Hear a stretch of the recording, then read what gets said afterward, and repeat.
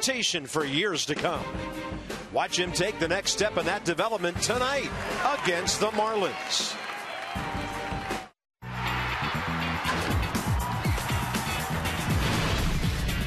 Washington Nationals baseball.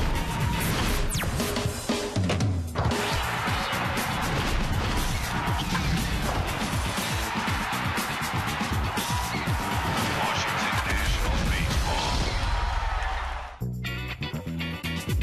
After a picnic in the park for our season ticket holders today, time for a ball game in the park. What a novel idea. It would be a great idea to beat these Marlins, who've won 6 out of 7 at Nationals Park this year. Bob and FP, welcome to the ballpark. So how do you solve these guys? Maybe Steven Strasburg has the answer tonight. Yeah, 56 and 57 pitches his first 2 starts. Talked to Davey Johnson today, and he said he's going to try to stretch him past 70 pitches tonight, but he's not going to really get caught up in the numbers so much as he's going to watch the innings. And if he has stressful innings, maybe get him out of there a little bit early. So don't get caught up in the number, but he wants him to go more than 5 innings. So Steven Strasburg tonight, and Davey Johnson's going to treat him like, he's totally healthy and he's ready to rock and roll. So we're excited to see Steven Strasburg pitch tonight, and we're excited to have you back as well. Thank you, sir. Good to be back. The Florida Marlins are at a very aggressive fastball hitting ball club, so it's an interesting matchup. You have been looking forward all week to watching that other guy against this guy. Well, it's power against power. You see the numbers for Mike Stanton here in this ballpark. 451, 7 doubles, 8 home runs, 15 RBIs, and I'm sure that guy makes a lot of ballparks look small, but we will look forward to the matchup between Steven Strasburg's power and Mike Stanton's power. And Steven Strasburg's last loss, of course, was at the hands of the Marlins, September of last year down in Florida, so he has his hands full. What do you think it is about this Florida team against the Nats and the ownage they have in this ballpark? You know what? I don't know. It's hard to say. And if the Nats knew it, it wouldn't be happening. But sometimes, you come into a ballpark, you have guys that have been there and done it before. They feel very comfortable. And obviously the numbers show that the Marlins are very comfortable in this house. They have a much better road record than they do at home. And that, of course, backs up FP's assertion. They like to play in front of people. And Ryan Zimmerman and Ian Desmond like to hit against Chris Volstad. They are a combined .581 with 9 extra base hits against him. And Ian Desmond could be a real key to the ball club right now. .309 in 29 games now as the leadoff guy.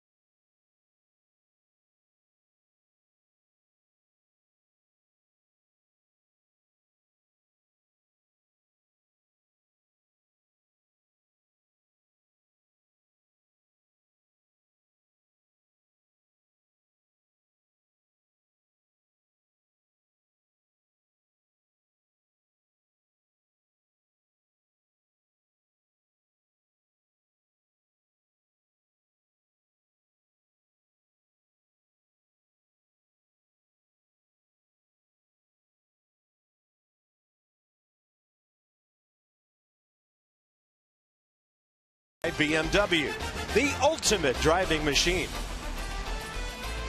It might be time to go in and get a long sleeve sweatshirt for this one tonight. Crowd coming in, good crowd for a Saturday night here in the middle of September. Steven Strasburg, always a drawing card, and it's a fascinating matchup. Look at that September sky. Cameras 5 and 6 give us some differing views of the skies, whether we're looking to the west or the east here tonight. So we have some interesting game time conditions for you.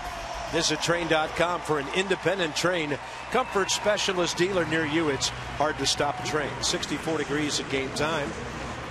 And it's mostly cloudy. Pretty muggy with some of the moisture we've had in the area.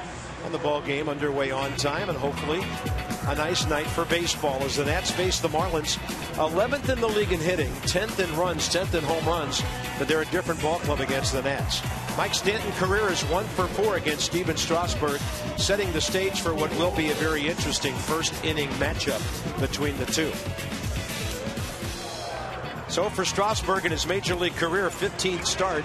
He's 5-3 with a 272, but he's already made 2 starts in his young career against this Florida ball club. And he pitched well last time out Sunday against Houston. He pitched only 3 innings, in large part due to a 31-pitch first inning. Allowed 1 run on 3 hits, struck out 4, walked nobody. So 2-seam fastball, 4-seam fastball, curveball changed. I'm looking at the velocities from 2010 to 2011. His fastball last year sat at 97. This year, sitting at 95. So we'll keep an eye on his velocity from last start. If you remember, he started the game 95, 96, touching 97 miles an hour. And then at the end of the first inning, a long first inning on a hot day, down to 92. He started the second inning around 92 miles an hour. And then in the third inning at the end, back up to 96. So it was a hot day. He was huffing and puffing out there, and maybe his mechanics got a little messed up along the way where he was getting out front and his arm was dragging, and that's why the velocity was down. But we're not so much concerned about the velocity as we are at first pitch strikes, and he has been great his first 2 starts. Yeah, Davey Johnson said he wasn't that concerned about the drop in velocity, especially after Strasburg came back strong in the third inning of that long outing in terms of pitches per innings. And he said he'd like to see him go at least 5 tonight. And if the outs come quickly, maybe well beyond that. Well, they'll come quickly if the guys we're going to put on the screen catch the baseball. Let's set the defense tonight for the Nationals. Morseworth and Bernardino in the outfield. Desmond and Zimmerman on the left side. Espinosa Marrero on the right side. And Wilson Ramos in the squad. 19-year veteran, the crew chief, Wally Bell, has the plate. Corey Blazer, Vic Carapazza, and Scott Berry on the bases. Nats with a very good team ERA of 3.68. They've won 71 games. The Marlins have won 68. By the way, the Mets have already lost today. Atlanta beat them at home 1-0 behind Tim Hudson. R.A. Dickey, tough luck loser. We're underway with a strike from Strasburg at 7:08. 97 right out of bed. Emilio Bonifacio hitting .291 with a .360 on base percentage. 3 for 5 here last night. And he's hitting .283 from the left side, 3rd in the league in stolen bases. And he can move all over the field and play defensively as well. He's been a very useful tool for Jack McKeon this year. Has never faced Strasburg, and that pitch is up and in. 1 ball, 2 strikes. And I like what Davey Johnson said before the game about what his plan is with Steven Strasburg tonight. You know, he said he doesn't like a number, 70, 60, 80, whatever. He's just going to watch and learn from what his eyes tell him. High stress inning, maybe that 70 pitch count means a little bit more. If he's cruising right through, maybe he goes 6 or 7 tonight. Trust what your eyes tell you. If you set a number, you paint yourself into a corner. After going 0-2, it's now full. Bonifacio has walked 57 times this year. He has struck out 119. Omar Infante, very reliable and hot swinging number 2 hitter, is next.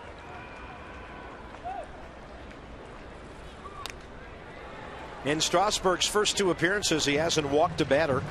8 strikeouts in 8 innings, 5 hits, a run, no walks. And if you remember the strikeouts the last start, 2 lefties, they came on 3-2 changeups.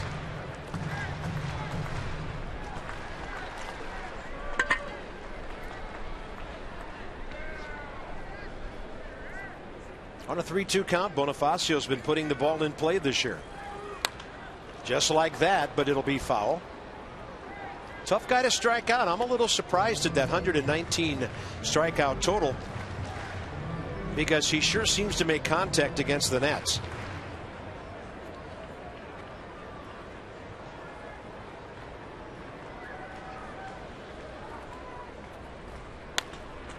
Little pop fly. Desmond is out. He's under it. And a very routine first out to start the game, although Bonifacio made Steven battle for 7 pitches. That'll bring in Omar Infante, who's on a 7-game hitting streak.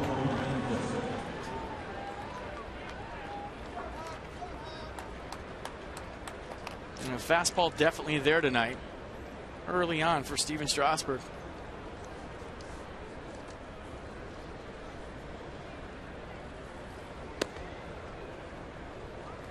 Omar Infante hitting at .279.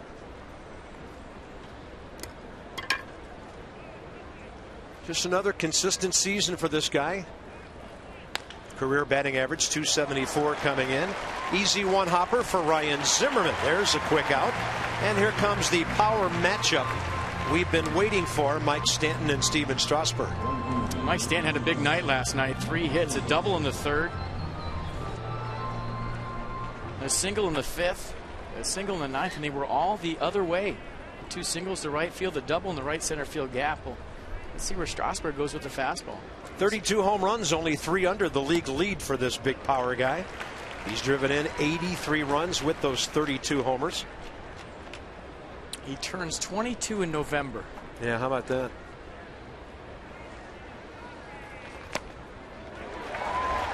Perfect fastball. Perfect. 98 miles an hour on the black away. There's not a whole lot you can do with that pitch.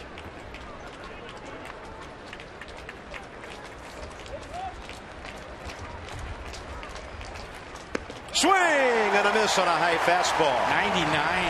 I think the velocity's back, and a very good 1-2-3 for Strasburg to start the evening.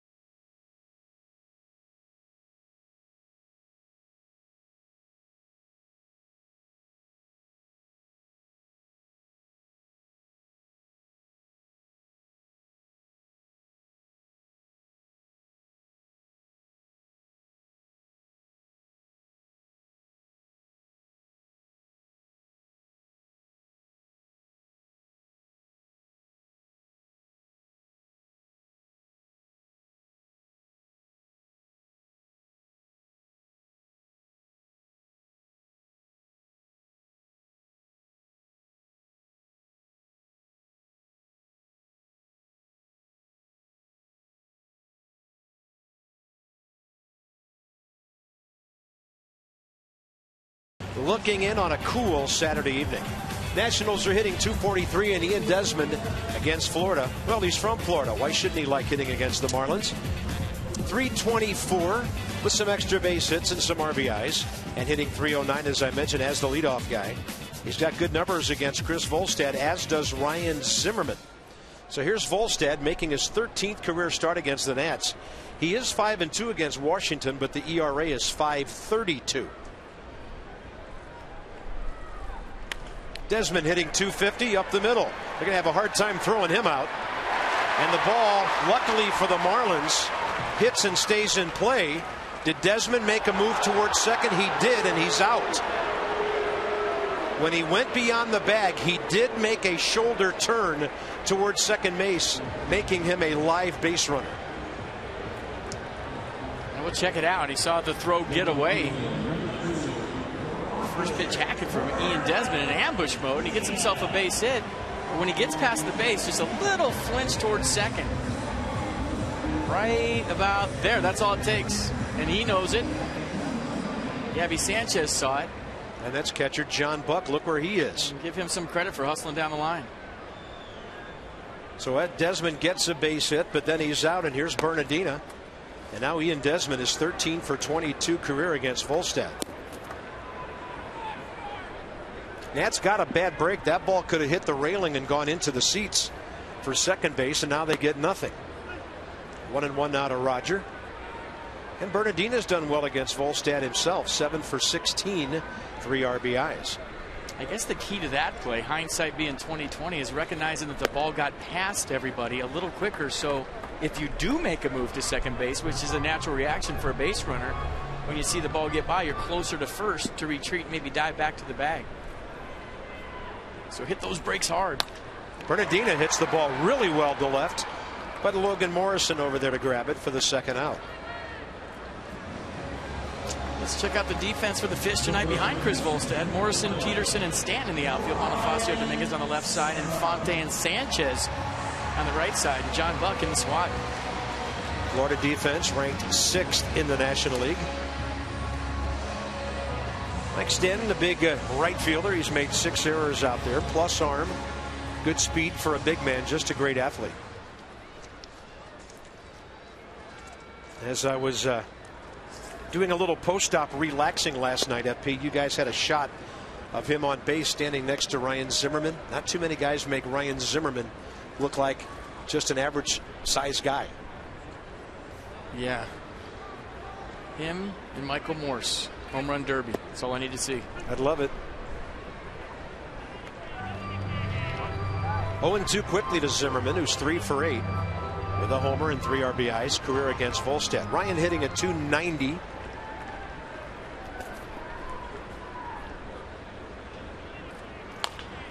Forced to pull the ball on an 0-2 pitch.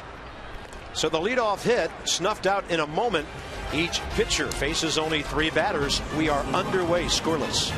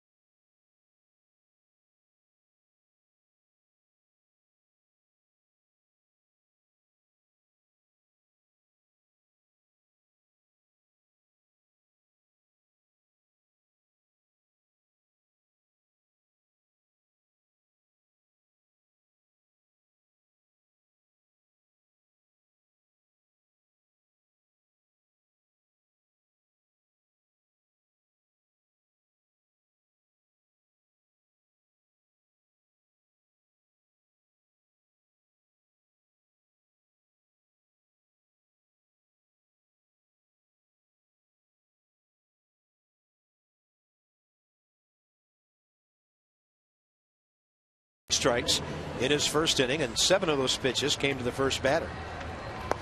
Call Luna for up to 70% off all flooring at 877-241 Luna. Shop smart. Shop Luna. Highest batting average against Florida with a minimum 50 plate appearances in the last couple of years. Ryan Zimmerman is the only one from the National League East to hit that well against the Marlins. It'll be Logan Morrison, Gabby Sanchez, and Brian Peterson for the Fish here, top of the second. Morrison 0 for 1 career against Strasburg. Easy looking 97.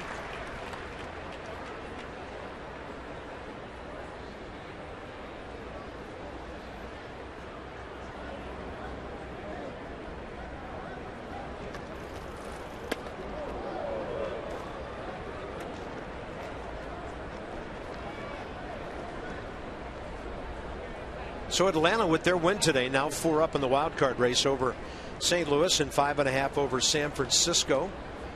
St. Louis is just underway at Philly. No score there. And a ball hit well by Morrison into right field. Pretty good swing after Strasburg had moved him well off the plate the previous pitch. He's got a good stroke. A lot of pop in that stroke. 20 home runs, 68 RBIs, and a 96-mile-an-hour two-seam fastball down and away. He went out there and got it and pulled it. It'll bring in Gabby Sanchez, hitting .266.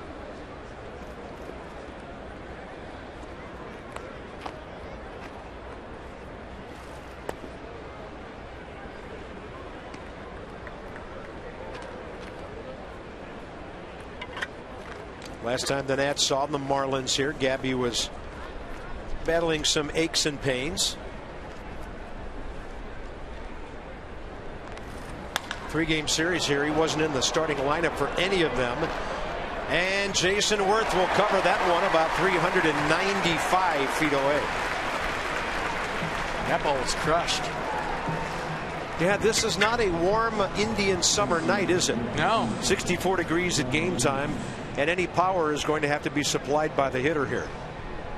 A cold night, just got in a little bit, but it had the sound. Pretty good swing by Gabby Sanchez, inside out. Got the hands inside the baseball. Nice running catch by Worth, but we've seen balls like that, Bob, when it's warm here, go out. Yeah, there's Brian Peterson. By the way, we have to say, nicely done by Johnny Holiday, pulling double duty today. Terrapins almost came from behind to beat West Virginia today, and Johnny made the quick trip from Byrd Stadium to Nationals Park, and we appreciate his efforts on behalf of us getting here for the ball game tonight. And much better unis today for Maryland. Those were good. All black, flat black helmets. I'm definitely digging the outfits.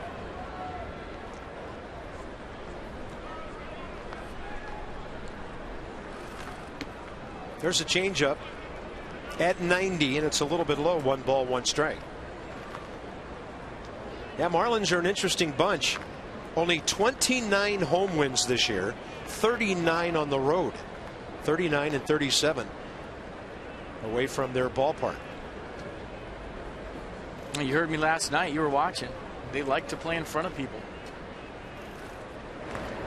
In Montreal, we used to love to go on the road because, number one, it was probably a better ballpark, and number two, we're going to play in front of people. Yeah. You get the adrenaline going. Not that you don't at home. It's just a little easier to get up for games when there's actual people in the stands. Well, a year from now, we'll be able to see if the new ballpark will have any kind of impact on baseball in South Florida. That ball sliced out to left field, and Michael Morse will grab it. 2 outs. Expect great things with the Harris Teeter Family Fun Pack. And you've got another chance tomorrow, and then 2 more next weekend, Saturdays and Sundays. The all-inclusive offer starts at $14. A ticket for the ball game, a hot dog, chips, and a Coke. Drop by nationals.com/family to check it out. Braves will be in next weekend, 105 on Saturday, 135 on Sunday. And, of course, the Marlins and the Nats wrap up this one tomorrow. Here's the catcher, John Buck, hitting .230. Good curveball. That's a knee buckler.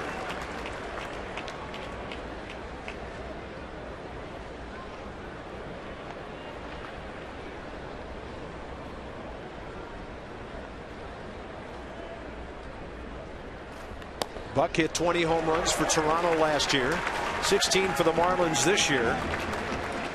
And that's tough to handle at 96 when it's coming right in your hands. Watch the movement on it. Starts on the inner half and runs right onto the corner for a perfect pitch.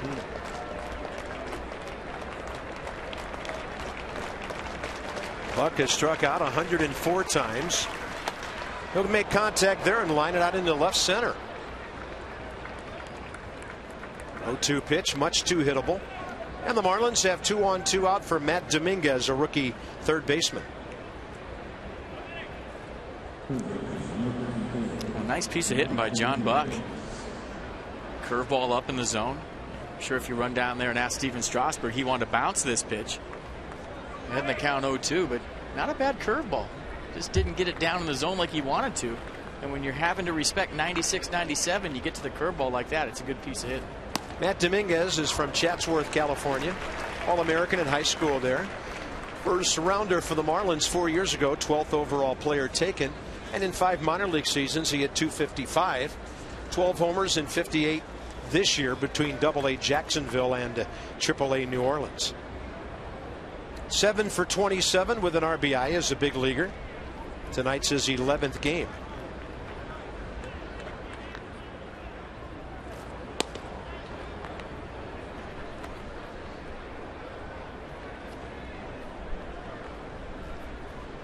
Playing mostly against left-handers. 4 for 11, 364 average against lefties. A couple at-bats against righties, hitting just 188. Fastball is low. 2-1.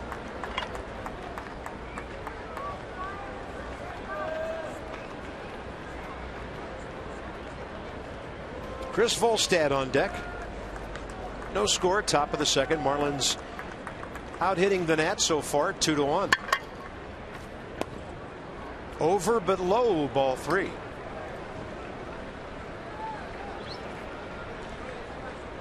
And this will be pitch number 30.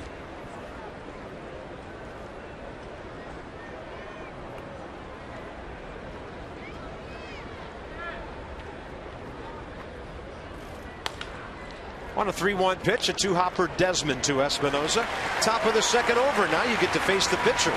Next inning after Michael Morse leads off, followed by Jason Worth and Danny Espinosa.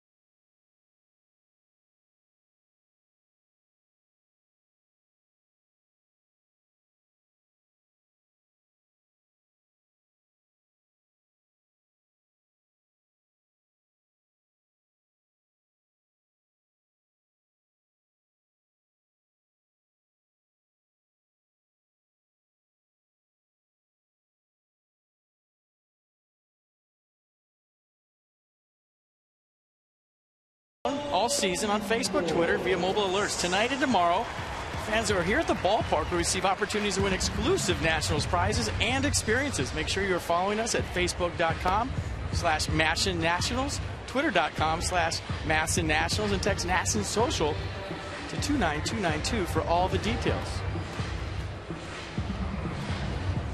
Facebook, Twitter, be there. That's where all the action is. Everybody bundled up on this Saturday night. Everybody but Logan Morrison via Twitter.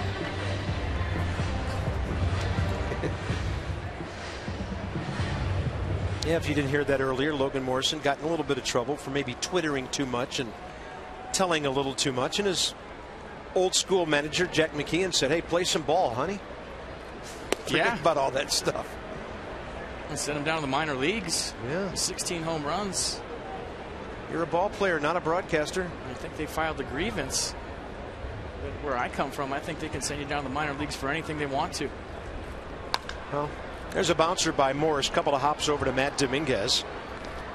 Had a lengthy conversation with Jack the last time the Marlins were here. And he simply said, "I don't care if I hurt anybody's feelings. I'm here to win ball games, not to be a babysitter." He had one reliever in Chicago in a crucial situation. Guy warmed up, came into the game, threw ball 2, and Jack went out and took him out after 2 pitches. Said, "I'm not going to put up with this stuff. You go out there and perform, you throw strikes, you play the game the right way, or you're not going to play." Well, it's old school. Yeah. And I think at times we need more of that in the game. Well, to me, it's just focusing on what you need to focus on. And he missed a function that he was supposed to be at. He was excused by his player rep. And he called out the owner when they fired the hitting coach on Twitter. And he's a tremendous talent and a wonderful ball player, but a lot of times as a player, and Bob, I was this way, I had to do everything right on the field and off the field. If they told me to shave, I shaved. If they wanted me to wear my uniform a certain way, I had to wear my uniform a certain way, because I wasn't good enough to do all those exterior things to draw attention to yourself. I mean, the game's hard enough when your life is perfect. Why make it harder? Yeah. That man's won a world championship with this club back in 03, an amazing second half run. And a 1-2 to Worth. Jason reaching on a fly ball right field. Mike Stanton rushing in, can't get there. Never got anywhere near it, really. And Jason Worth has the Nets' second base hit. And that's a thing. You read his lips right there. He said, I'll take it. Absolutely, you'll take it. You won't just take this, you'll take a million others just like it. Yeah, hitters will tell you these things never even out. I don't think they do, but whenever a right fielder breaks back on a ball that you hit softly, you get to first base and you feel like you just went 4 for 4 in one at bat. And ironically, the guy breaks back who makes everybody else break back when he swings. Because Mike Stanton gets a number of those kind of hits too. We saw that last night. So here's Danny Espinosa suddenly hot. 8 hits, 17 at bats over his last 5 games. He rips one to right field. Jason Worth's going to take a look and head for third, and then he stops. He put his head down. I thought he was going to keep on going. He decided otherwise, and the Nats have 2 on, 1 out. Thought about it. You said it earlier, partner. Stanton's got a good arm. So Jason Worth, we've seen him go first to third more than probably anybody in the league this year. He loves this play, but you see him looking over his shoulder right there, and that was his decision all the way. Not picking up his third base, coach. You make the decision. Good base runners make the decision on their own. They don't rely on the base coaches.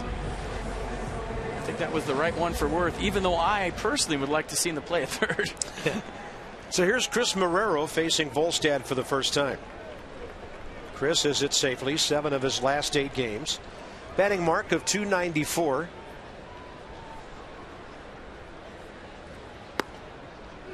And you can run on Volstad. Last year, the league ran all over him. He's done a better job this year of shortening up his delivery. I think 10 for 14 the league is against him in steals this year. But, you know, one of those things where he's worked on it, but you can still rip a bag off him.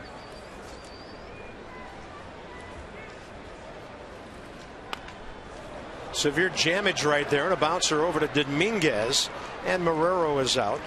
Runners move up to second and third with 2 down. And a chance for Wilson Ramos. Or maybe Steven Strasburg. I know who I'd pitch to. Well, we talk about it every night.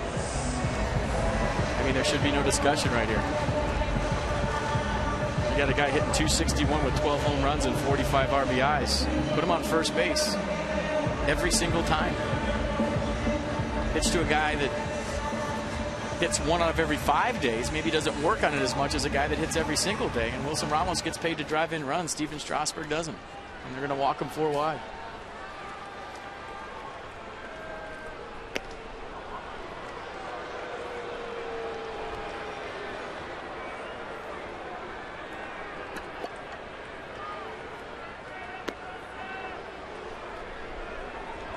Steven Strasburg does have 1 career RBI. He has 1 hit. That was last year.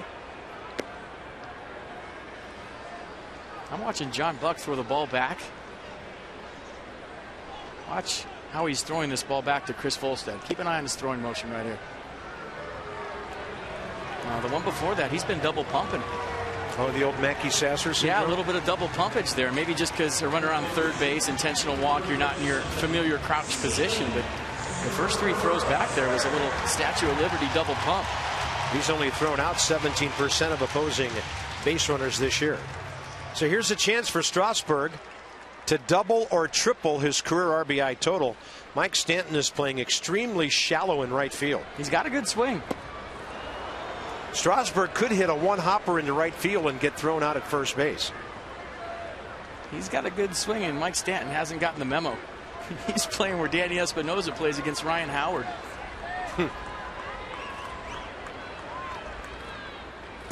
Couple of breaking balls, and the count's 0-2.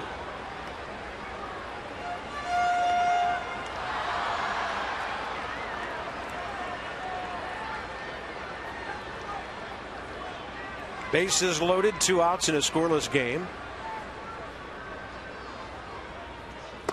And 3 consecutive hooks to strike him out. Volstad's first K of the night. No score. Top of the third coming up.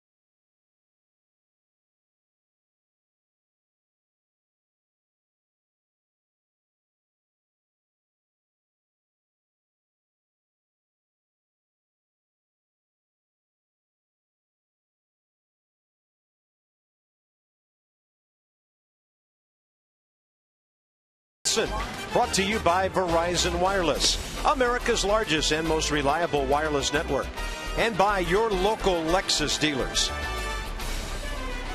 No score. 5 hits in the ball game, 3 by the Nats already. We go to the top of the third.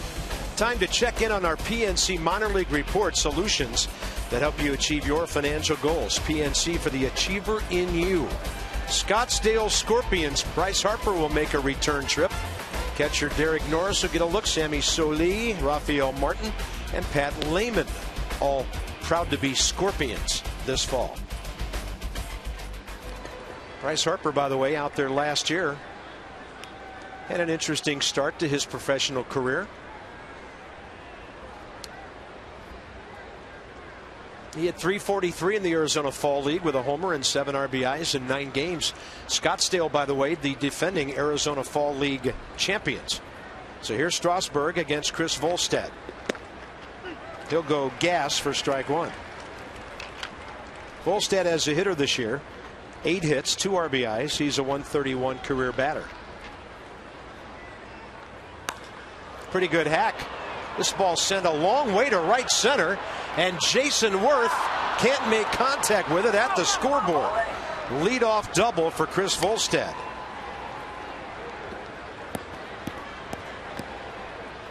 That ball was hit about 380 feet. That's where Steven Strasburg probably should have taken a page out of Chris Volstad's book. Strasburg got a first pitch fastball, swung through it. Then he got 2 curves after that. And threw that fastball right down the middle, and Volstad all over it. Maybe the farthest I've seen a pitcher hit a ball the other way this season. Yeah, that was some stroke. That's his second extra base hit of the year, 2 doubles. Infield in for Bonifacio. They have to be here. He can bunt for a hit. Zimmerman has it and throws it to a dancing Espinosa from fair to foul across that bag. Runner over to third base with 1 out. Good baseball right there. Emilio Bonifacio can fly. We said it last night. 15 base hit bunts this year. Over 40 infield singles. And why not do the whole sacrifice? And if I make it a perfect bunt, it's a base hit thing. Nice job. RBI chance for Omar Infante. And the Nats will play the infield in here early in the game. Not all the way in. Espinosa, Desmond back just a bit. but it's not a guaranteed RBI if he hits a ground ball past the mound here. If they're playing deeper, it is, but not in this configuration.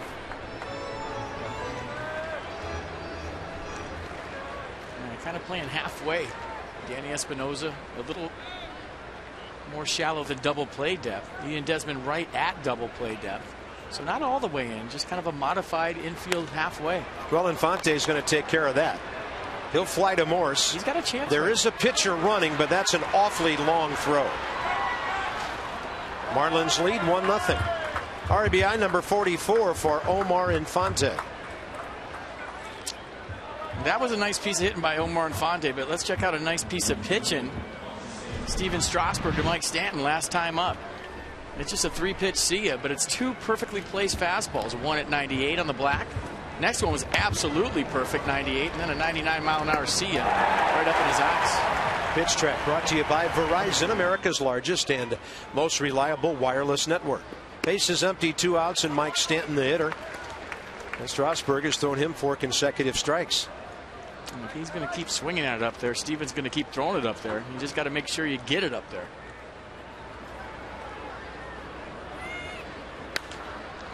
Popped a mile-high left side. No way that thing's staying in play.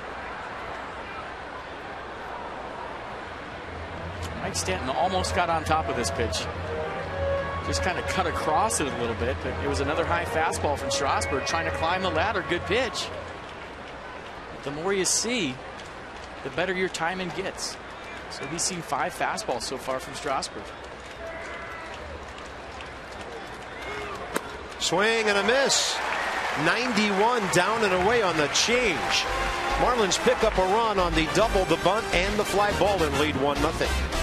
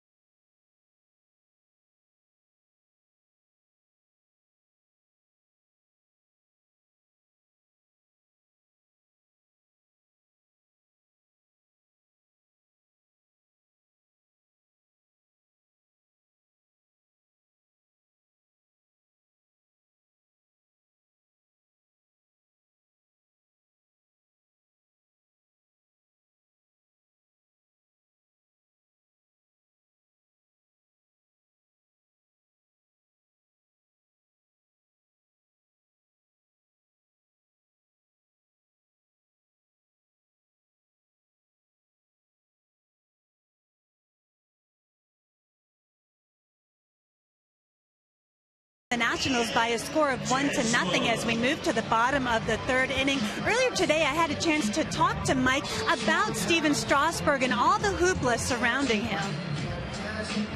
You know, it's probably pretty tough on him, to be honest. Everyone's looking at him. Everyone knows when he's going to start. And, they all have these high expectations. But, you need to embrace it and, step up to the challenge. And, he looks like he's ready for it. Michael has a lot of respect for Strasburg, too. He's now 1-6 career against him. He said what makes him so tough is the way he moves the ball so well. He works both sides of the plate, and he throws everything for strikes. Bob, FP? Yeah, very rarely does he walk anybody. Strasburg hasn't walked a hitter this year. And Stanton's seen 6 pitches from Strasburg tonight. He's swung and missed at 5 of them. Yeah, and he's the only strikeout victim Steven has so far, twice.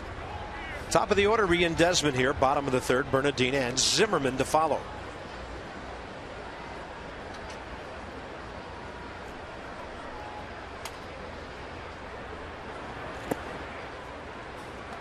So Ian Desmond now 13 for 22 career against Chris Volstad.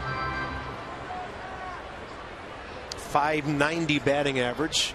Second half has been very good to Ian, and he's been very good to the Nats, especially since moving into that leadoff spot. Tonight will be game number 30 as a leadoff man, and he's batting over .310. Bernardina next. Roger hit the ball well first time. By the way, Debbie brought us our AFCEA sideline report.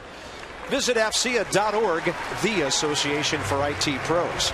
And Ian Desmond doing what a leadoff man is supposed to do, and that's get on base twice tonight. Excuse me, partner. 7 for 10 off him this year. So, yeah, that's some serious ownage. And Roger Bernardina this year off Volstead,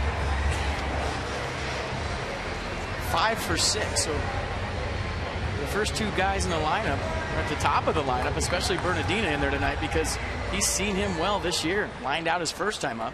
So 5 for 7 make it on the year. Yeah, so the big three, Desmond, Bernardina, and Zimmerman against Volstead. Let's see if the second and third guys can do some damage here.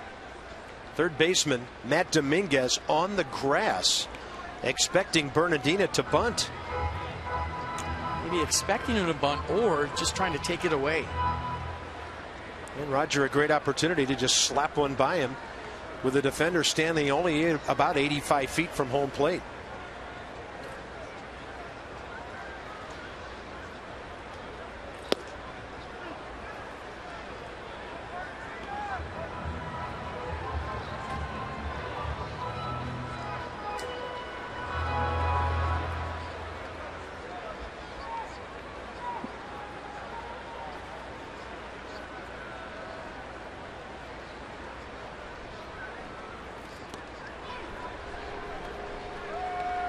Desmond 23 for 33 this year in stealing.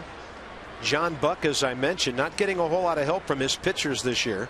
17% caught stealing, only 15 out of 91. If you remember a couple of Chris Volstad start this year, maybe one we had in Florida in particular, when he gets a guy on first base, he becomes very deliberate, slows the game down, likes to throw over a lot. So maybe that's why he's been a lot better at defending the stolen base than he was in previous years. Nats' first 10 plate appearances tonight, 5 batters aboard, 2 via walks, 1 intentional. So they've had Volstead in the stretch quite a bit here early. His career record is 32 and 38 as he makes his 100th career start.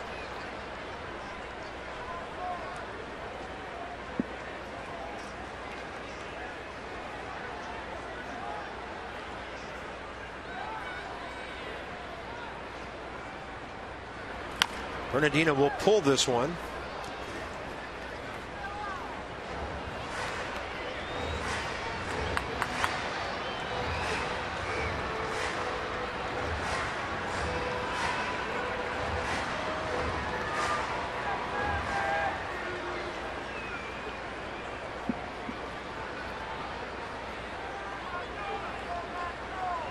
Long sleeves, batting gloves. Kid from Virginia waiting. And the 0-2, Bernardina. Took him a while to get out of that box. No way to turn 2 on him, and Desmond a good job of going after Bonifacio. 4-6 on the fielder's choice. A pretty good feed by Omar Infante right there, getting rid of the ball quick. It was the speed of Ian Desmond that broke up this double play. You see him right there, the ball barely touched his glove. And Bonifacio coming across a little bit out of control. If you clear yourself to the right field side right there, you might have a chance, but if you do that, the speed of Roger Bernardina beats it out either way. So trying to make a great play, just not a double play ground ball off the bat of a fast guy. Now we'll see if the Nats threaten to turn Bernardina loose. He's 16 for 18 at the big league level this year. Ryan Zimmerman got behind 0-2, and then Volstad hooked him into pulling one to the left side, and Bernardina's been picked off. And the Nats are not having a good series on the bases. Danny Espinosa tried to stretch one last night. Bixler got picked off, and now Bernardina. He just caught him in the middle, still trying to establish his lead. And if you're a base runner, and for you kids at home that are into the leadoff phase of your baseball career, never jump off the base. If you jump off the base and you jump out there and he throws over, both feet are in the air and your momentum's going so hard to second you can't get back. Zimmerman with another ball rolled over to third, and the Nats are gone quickly now in the third. Marlins got a run in the top. Volstad pitching well. 1-0 Florida.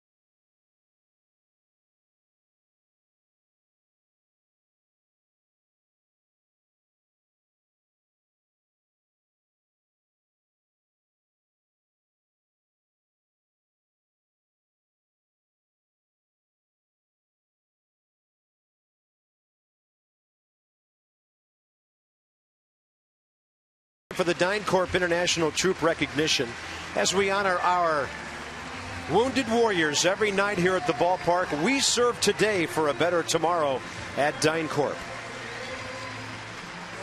All right, let's talk about what's going on with the bases here and the Nats running in this series. 2 runners have now been picked off at first. I'm going to show you why Roger Bernardino got picked off, and I'm saying this because I've done this before. Watch him jump that little last step. You see the skip and the jump? When you're in the air right there and your momentum is going toward second base, watch Volstad. He's looking out the corner of his eye, and he saw that jump. And you see when you jump, all the weight goes to one side, to your right leg. Then you have to shift all your momentum back, and just a little click and a quick pick, and you're gone. And he put the throw right into the runner. Gabby Sanchez didn't have to move much to make the tag. So here's inning number 4 of Steven Strasburg's evening, and a strike to Logan Morrison. And you know what? Roger Bernardino just learned a lesson. He'll never do that again. And that's what happened to me. I bounced off the bag once, threw back over, you're picked off, and you make a mental note, and you learn from it. You don't do it again. Morrison pulled the ball on a 1-1 pitch to right field back in the second, leading off. Marlins have had 3 hits.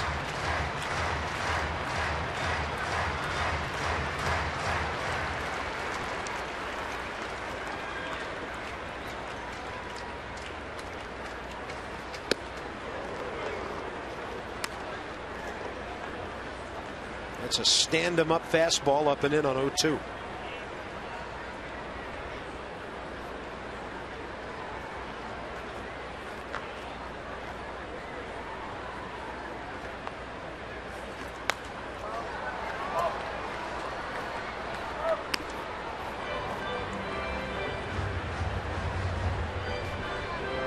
All the starts so far for Steven Strasburg, I know it's early, just the 4th inning, but when you talk about him going 5, maybe not so early, I'm more impressed with his stuff today than I have been of the first 2, and the first 2 were really good. Danny Espinosa will take it on that 3rd hop. Easy out to start the 4th. I mean, this looks like a guy all of a sudden that's in mid-season form.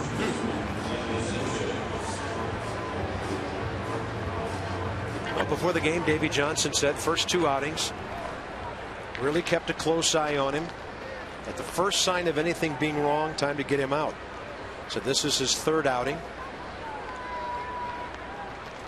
But considering that Steven had the rehab starts before this, Davey Johnson really feels like he's in the kind of condition now where he would be toward the tail end of spring training under a regular scenario. So turning him loose a little bit, and he gets a 1-pitch out on Gabby Sanchez. Easy fly ball to Bernardino, 2 outs. That'll bring in Brian Peterson, who flied to Morse first time. He gets a couple more 1-pitch outs. That'll extend his outing by maybe a whole inning. Yeah.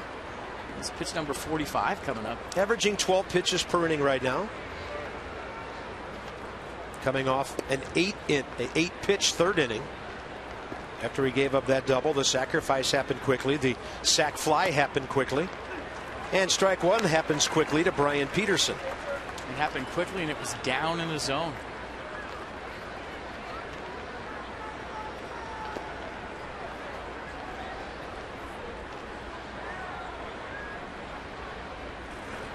Peterson out of that same high school as Dominguez out in California. Chatsworth, two-time national championship program. Brian Peterson, 24-year-old outfielder. Let's check out the changeup from Strasburg one more time. 90 miles an hour, and look at the movement. Best pitch all night.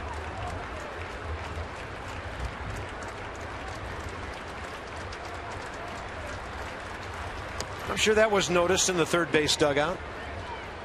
It was definitely noticed in the batter's box. He went right back to it. And Brian Peterson did a nice job of getting a piece of that, because that one was just as good.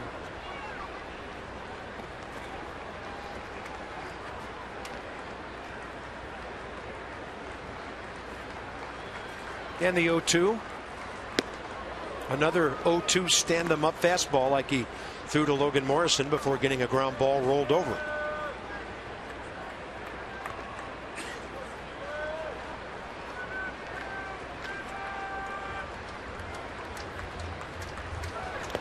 There he is in another changeup. Strasburg strikeout number 3. 4 outstanding innings. Time to score now. The Nats haven't scored in this series.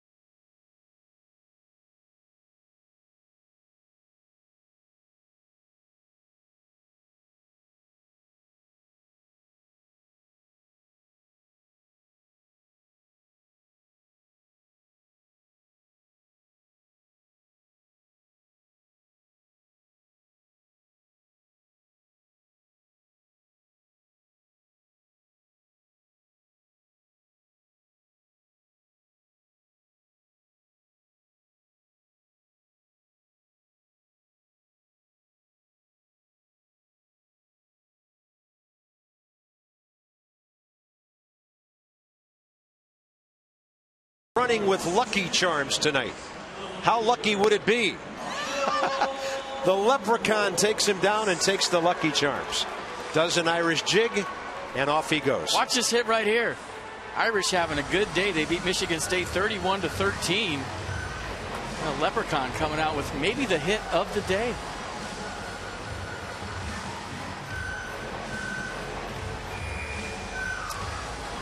How you guys doing? Good family night at the ballpark, all bundled up together. The guys have their ball caps on. Now they just need some offense. Nats have been shut out for 12 innings in this series, and here's Michael Morse. Might have to break through on the long ball here. Nationals have been scoring about 40% of their runs on homers in the second half of the season. Right now, Michael trying to stay above that 300 mark. He's at 302. He'll pull the ball left side. That's a base hit. The Nationals have their third leadoff batter aboard tonight in 4 innings. Buy 2, get 2 for next year. Our special season ticket offer. Place a deposit now on 2012 season tickets. Get the rest of this season free at nationals.com/2012.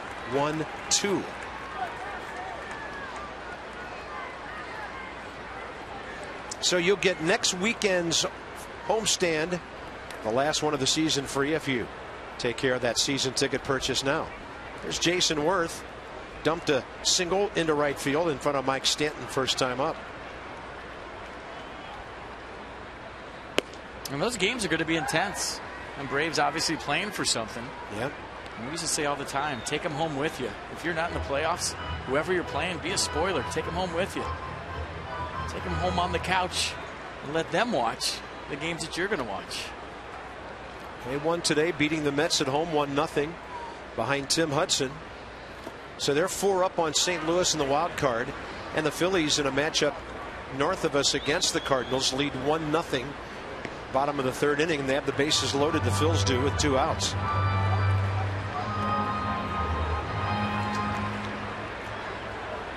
So the Nats have out hit the Marlins here 4-3, but still looking to break into that scoring column in this series.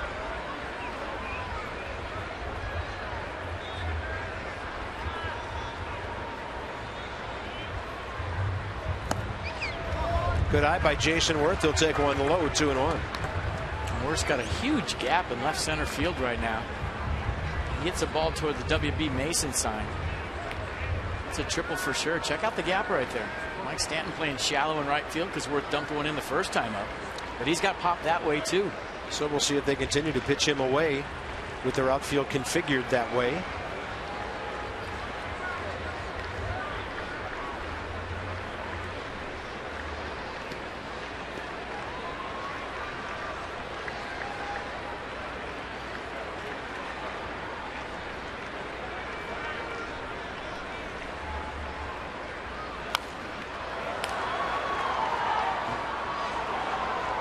Cool night in our nation's capital. 64 degrees at game time as the 8 o'clock hour is underway. 1-0 Marlins, game 2 of the weekend series. Bob, FP, and Debbie with you on MASN 2 HD. The Nats have been beaten by the Marlins 6 out of 7 times in this ballpark this year. Florida has the season series already at least split at 9-4. Nats will close the season there in a week and a half. Worth will get jammed and sounded like he busted his bat.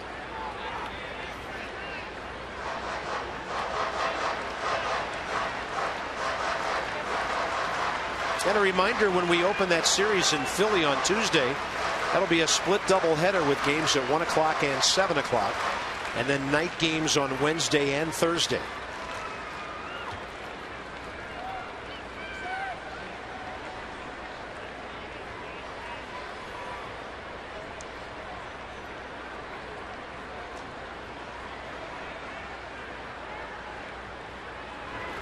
And a breaking ball up and away, ball 3. Volstad has already walked 2, one of them intentionally. We'll see if Davey Johnson does anything with the runner here with nobody out, down by a run. It's tough to start a guy 3-2. The batter has 147 strikeouts, but if you're feeling frisky, maybe. Morris is holding, and Worth is fouling it off.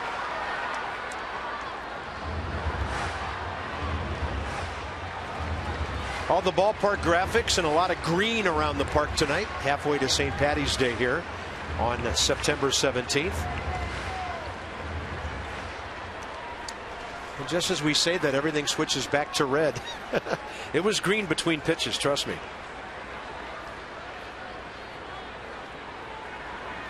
And Worth, a pop fly right side.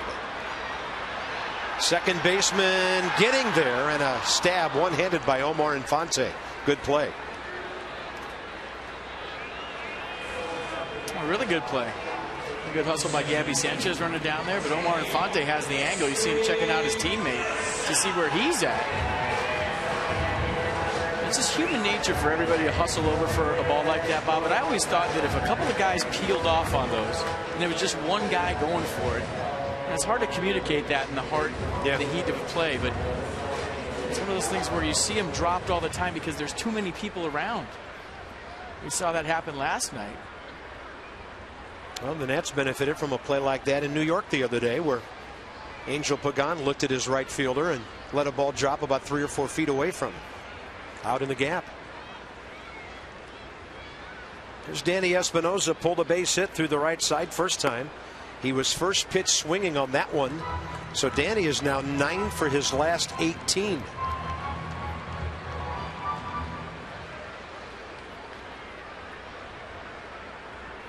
I'd love to see him finish the season with a flurry of base hits. Get that batting average over 240.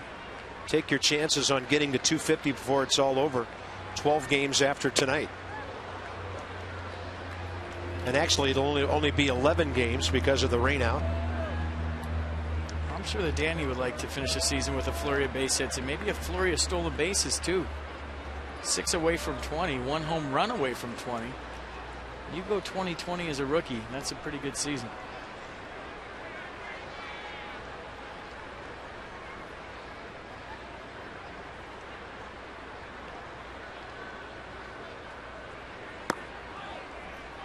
Low and inside, 2-1.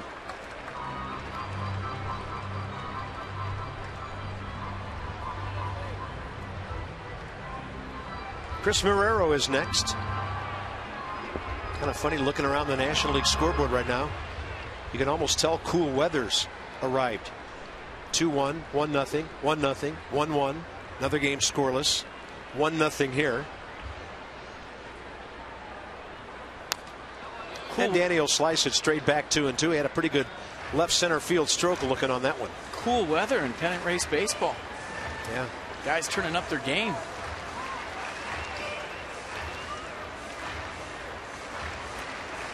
Yankees won again today. They have 91 wins. Tampa Bay just beat Boston 4-3.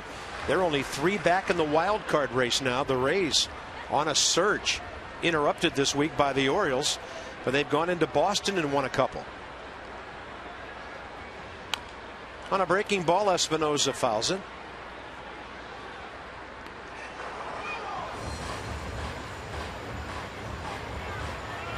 And the Orioles dealt the Angels a 5-run blow in the first inning up the road tonight. Anaheim 3.5 games back of Texas in the West. All kind of good races going on with less than 2 weeks remaining.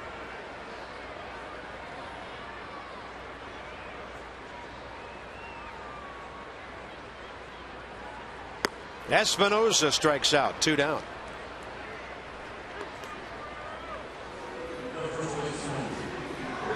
That'll be strikeout number 2 for Volstad, with Chris Marrero coming up.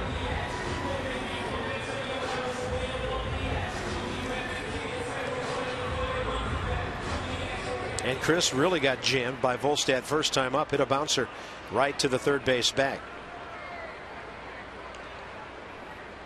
They'll shift over and play him a little more straight away than they did Worth.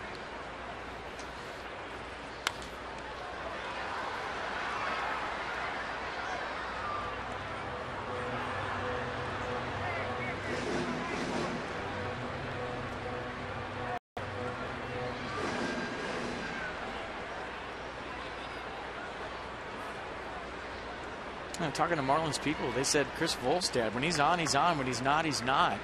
He's got that long body, long levers. And sometimes when you have tall pitchers like that, it's hard for them to keep their mechanics consistent. Not like a tall hitter. It's hard to keep your hands in the right slot, your timing right, because your arms are so long. Well, he was a first rounder back in 05, 16th overall player taken. He is slender. They list him at 6'8", 214. And a breaking ball misses to Marrero, 2-1. I really think there's something to that whole thing. You know who you're pitching against. I'm thinking back to Pedro Martinez in the Expo days. Whenever he went up against whoever, whether it was the other team's 4-guy, 5-guy, invariably it'd be one of those 2-1 games, 1-0 games. He'd always get the opposition's pitcher's best bolt. Marrero in the air, short center. That'll be caught by Infante. So the Nats' frustration against Florida pitching continues. Mr. Lincoln presiding over a cool Saturday evening.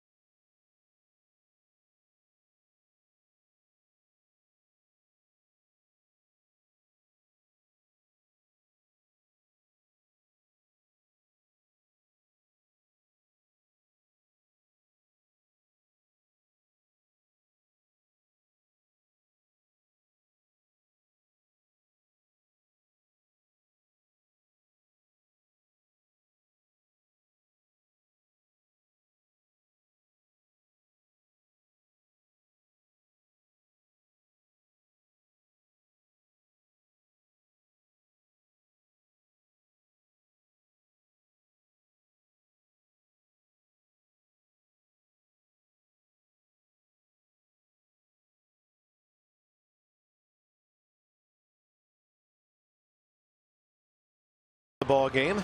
4 innings in the book. Steven Strasburg back to work. You can get a month free of wireless service and a free smartphone. Just sign up for Cox Wireless at their local solution store or by visiting Cox.com.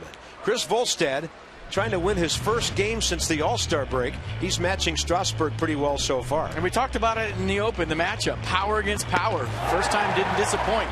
98, 98, and 99. Second time a little changeup from Steven Strasburg after Mike Stanton was on a high fastball, so he made the adjustment. And we've enjoyed that matchup so far, and so has Steven Strasburg. Bottom 3 for the Fish here in the top of the 5th. And a ball knocked into left field. John Buck's 2 for 2. Last time Strasburg got him 0-2 through that breaking ball. And this time John Buck ambushing early. That'll bring in the number 8 hitter, Matt Dominguez. That's how you set a guy up. You get a curveball your first time up. Scratch that pitch off the list because you already showed him you can handle it. So you go back to the fastball. Get one for a strike, cheat a little bit, get the head out. 2 for 2. Dominguez bouncing ball to Desmond first time. How about another time? This time for 2. Danny Espinosa, plenty of time to turn the Nationals 137th double play of the year. And if I'm Davey Johnson right now, Steve McCatty, I am digging this more than I am any strikeout that Steven Strasburg's going to have this season. You know, working on pitching to contact, working on being efficient, going deeper into ball games. After giving up a first pitch single, a little 6-4-3 double play. Now you get to face the pitcher. And right down the middle with 95. Volstad, the hit of the game so far. A double to the scoreboard. And then he scored after a sacrifice bunt and a sacrifice fly. Difference in the game. Steven will hook him, but the curveball misses 1-1.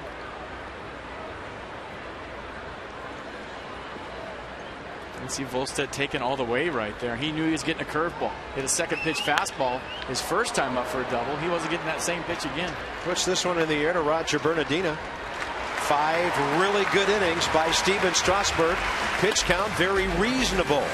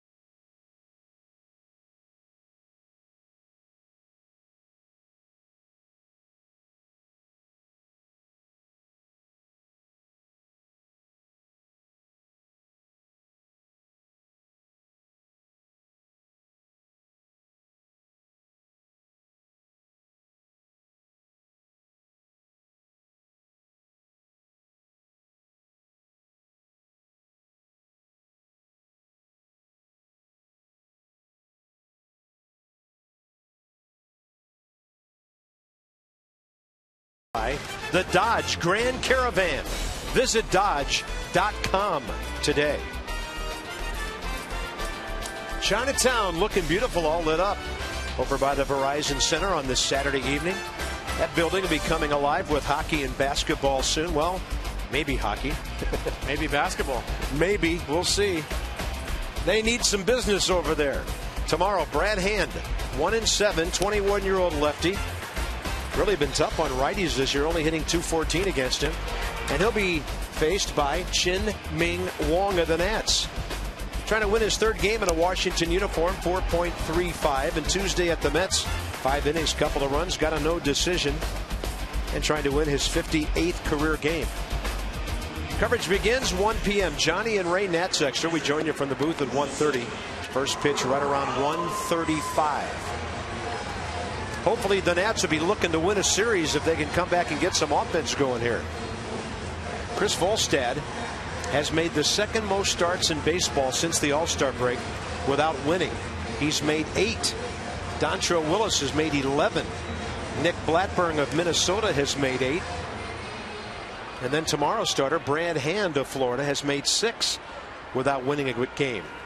So hard to believe Volstad at least pitching the way he is tonight, hasn't been able to get a W over 2 months. All-Star break was 2 months ago. He's given up 172 hits and 145 and 2/3. Wilson Ramos crushes that ball. See you later. The drought is over. The Nats are finally on the board, and this game is tied. Ramos with his 13th.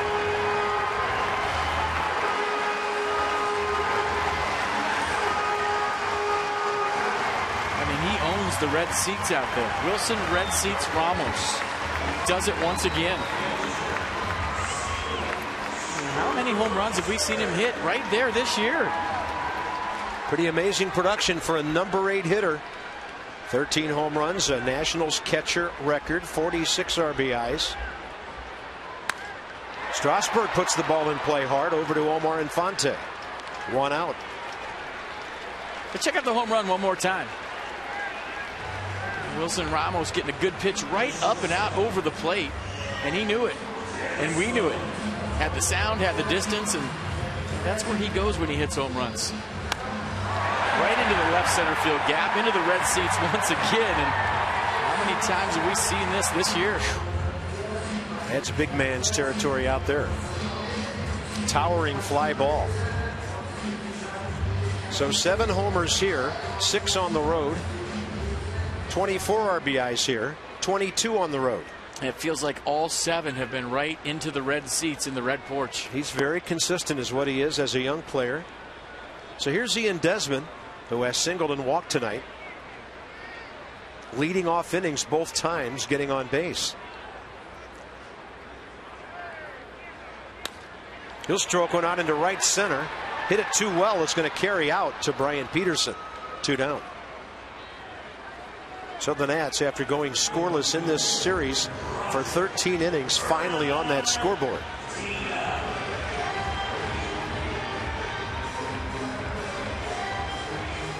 Bernardina now with 2 outs.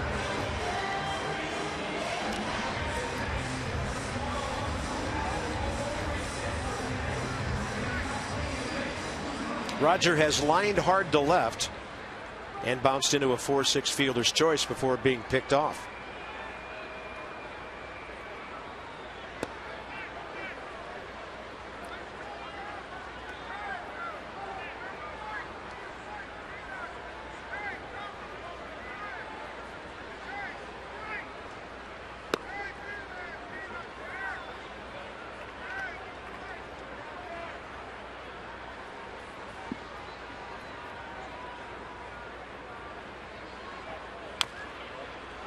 And that little tapper will make the count 1-2.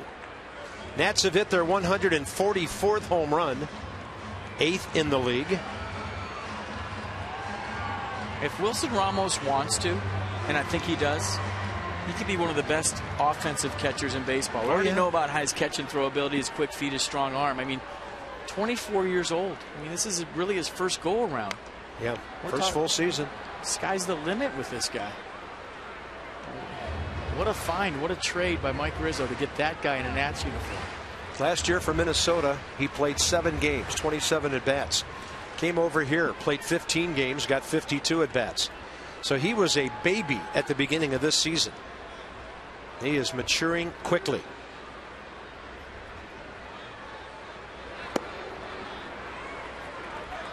Signed with Minnesota at the age of 16 in 04. 6 years in the minor leagues, well seasoned. And we all might look back someday and say, remember when Wilson Ramos was hitting 8th his rookie year? Bernardina hits one right side, picked off by Infante. That'll be it for the Nats in the bottom of the 5th. Wilson Ramos with a high towering drive. Every time he hits one, he adds to his Nationals catcher home run record. A mighty blast, and this game is tied at 1.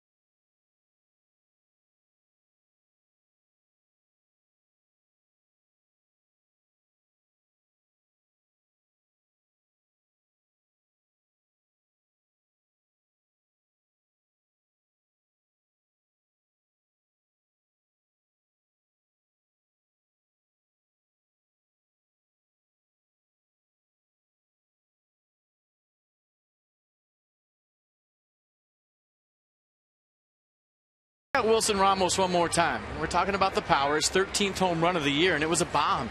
And for whatever reason, when Wilson Ramos hits a home run, it's to that same spot all the time. We've seen some home runs go here, some home runs go over here. He's hit a couple way up here, some over here, some up here. And as he gets stronger, maybe next year we'll see some up here, over here, maybe there. So Wilson Ramos. Looks like our ballpark has the measles here. It does. Well, that was a makeshift spray chart for the 7 home runs that Wilson Ramos has hit here at Nats Park this year. Got a little carried away with those ones up by the restaurant all the way up top, though. Sorry.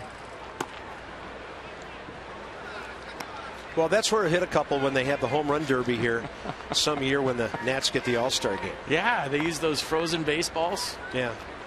Top of the 6th inning, Steven Strasburg against Emilio Bonifacio. And it's a 2-1 count now. Bonifacio, a pop up to short, and a sacrifice that set up their only run.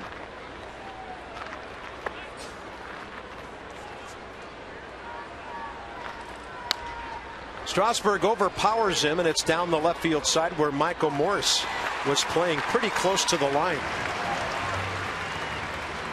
Marlins only 1 hit now since the 3rd inning. As we check out their box score, they had hits by Morrison and Buck in the 2nd. The double by Volstad set up their run with the sacrifices in the 3rd, and since then just the base hit by John Buck in the 5th, but he was quickly erased on a 6-4-3. Omar Infante 0 for 1 with their RBI on that sac fly, and Strasburg a beauty to the outside corner. Command has been nice. Velocity's been nice. Changeup's been good.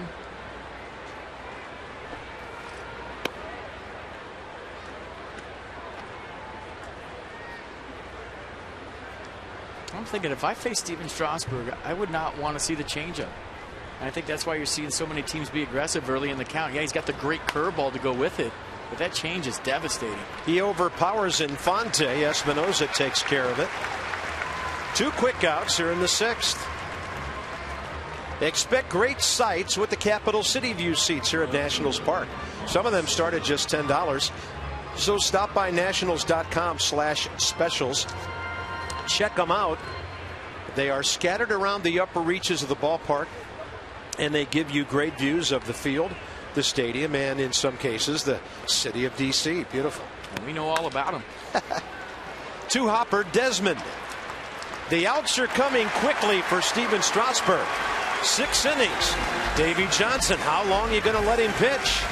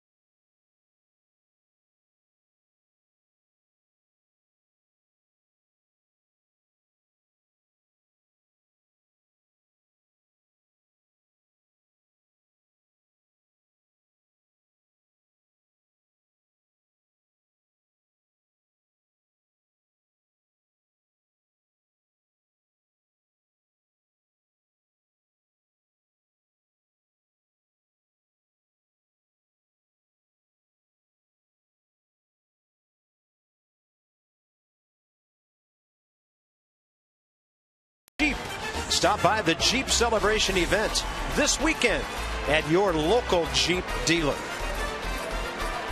It is a beautiful night in Washington, D.C. It is a crisp September evening, and FP, it appears Steven is done after 6 innings. Yeah, that's good. That's enough.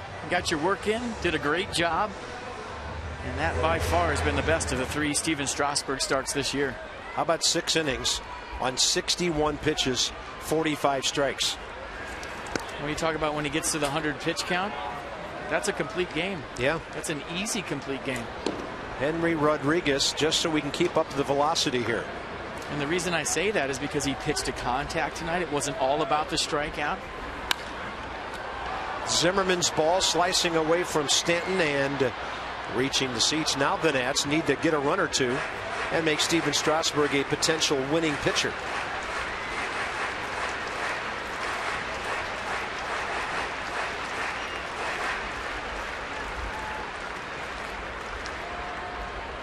I have 7, 8 ground ball outs from Steven Strasburg tonight. Thing I like, I just wrote in 0 under the W column for walks. 3 strikeouts, no walks, so run on 4 hits and a double play ball. He's back, ladies and gentlemen. It's not easy to pitch to contact when you throw 99. It really isn't. I mean, you got to really work at it. You got to take a little off your fastball. You got to add and subtract, be down in the zone. You know, throw your other secondary pitches for strikes and get guys swinging early in the count. You talk about Steven Strasburg pitching to contact. It's not that easy.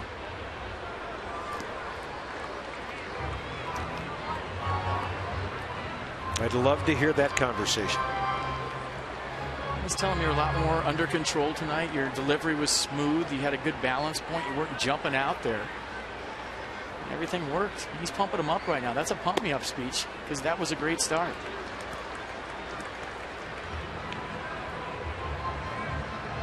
See, he's talking about his top half getting out front last time out.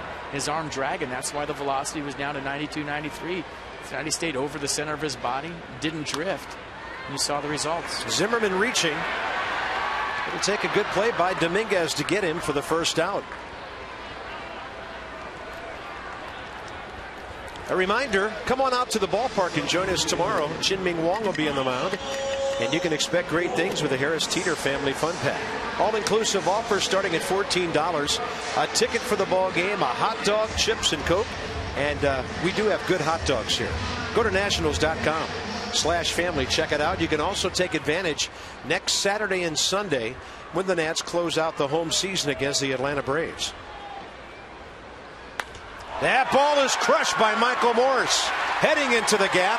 One hopping over the wall. And the Nats have the lead run aboard with 1 out here in the 6th. Any elevation on that ball, and that would have been way out of here. So Michael's 2 for 3 tonight. Even the beast needs a day off once in a while. So yesterday, Michael Morse in the cave, just relaxing a little bit, takes a day off. And today, he's 2 for 3, a double right there. Just a hair on the topspin side, or that ball's out of here. Absolutely crushed to left center field. And you see the topspin right there at the end. That kept the ball in the park. But another good swing for Michael Morse after having a day off. Double number 35. So Michael has 62 extra base hits now.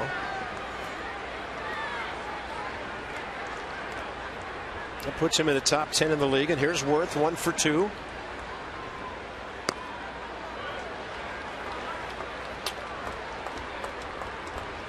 It'd be nice to get Steven Strasburg a run right here and have him qualify for a win. I think it would be very cool. I was just thinking about that. If the last 3 pitchers to win a game were Peacock, Malone, and Strasburg.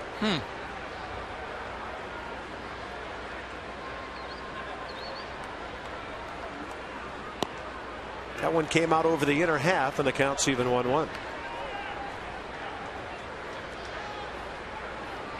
Always teaching, always learning. Boy, there are depositions in this town that don't last that long. That's good stuff, though, That's man. great. That's what it's all about. That's on the corner. Unhittable. Jason didn't even offer, and the count's 1-2. And that's a teacher that loves to teach and a student that loves to learn. And they're just going back and forth, talking about his outing right now, talking about what felt good, what didn't feel good, what are you going to work on before your next start. I love seeing that. On a breaking ball, Worth strikes out. That'll be K number 3 for Volstad. And it'll be up to Danny Espinoza now with 2 outs. We'll check it out on the Kinetic pitch track. And just a curveball right here from Volstad, and that's a pitch that Jason Worth has handled this year. But watch his head. Just flying out right there. Tough to hit a ball you can't see. See the head going right there with the front side. And we've seen him handle that pitch a number of times this season. Kinetic North America with the pitch track, providing world-class technology to our national and homeland security customers. 2 outs in the 6th. Danny Espinoza 1 for 2 tonight. Boy, Volstad getting both sides of the plate right now from Wally Bell.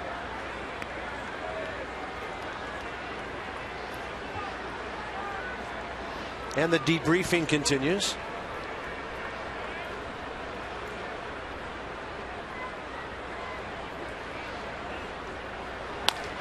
Danny pulling that ball right side. It's a race to the bag.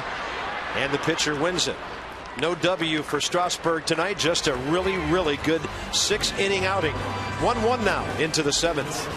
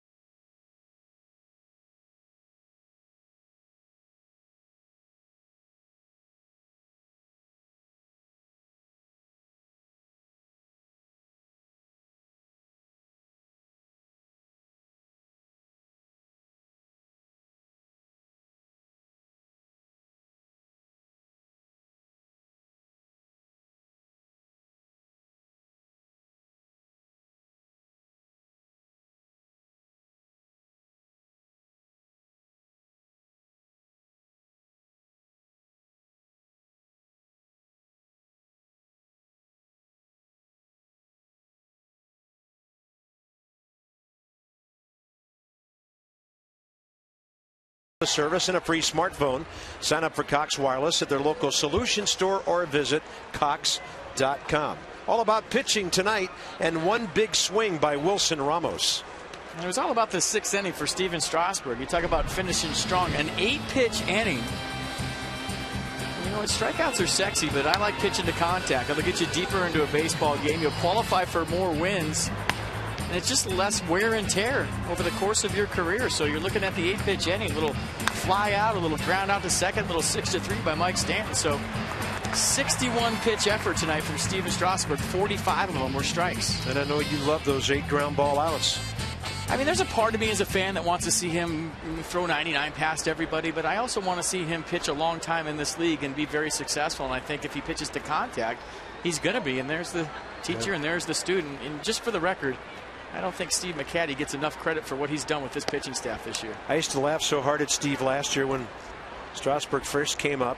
He told me one day, I'm scared to death every time he pitches. I said, why? He said, because I don't want to be the one who screws this kid up. Oh, yeah, you get the prospects and you're a coach. And we know better than that because Steve is brilliant at what he does. You just stay away from him. But I think with Steve McCatty, they have such a good relationship, and you just saw it right there that it's just a match made in heaven. Those two guys like being around each other. And I've noticed at times when they're walking either to the bullpen or back from the bullpen about to start a game, Steve will get Steven to chuckle a bit here and there. He'll loosen him up, and McCatty's the kind of guy who can make you laugh and keep you relaxed. Good play by Marrero. That's a definition of getting handcuffed by a hot shot. Logan Morrison's ball handled pretty well. Yeah, we've been talking about Chris Marrero offensively since he's been called up, but I've been very impressed with him defensively. You remember the first night he made an error on his first try. First inning. Made a couple of errors in his major league debut, but since then he has been solid over there. Yeah, you know how many errors since? I'm None. gonna say 0. And you see right there, a little top spin hopper right there, picking up speed, stay in front of the baseball, knock it down. Nice play. Here's Gabby Sanchez. Brian Peterson to follow here in the 7th.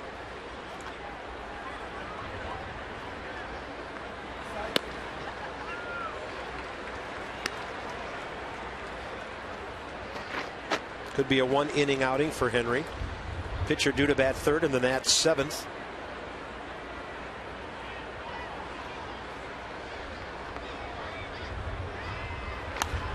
Sanchez out to right center, ball tailing back to Bernardina. Routine play, 2 outs. MLB.com's at bat 11. It's an app for iPhone, iPad, Android, and BlackBerry. It's live baseball. Follow the Nationals wherever you are with game day pitch-by-pitch tracking, in-progress box scores and stats, breaking news, and searchable video highlights. Text at bat to 31826 or drop by nationals.com for details. Amazing technology for baseball fans these days.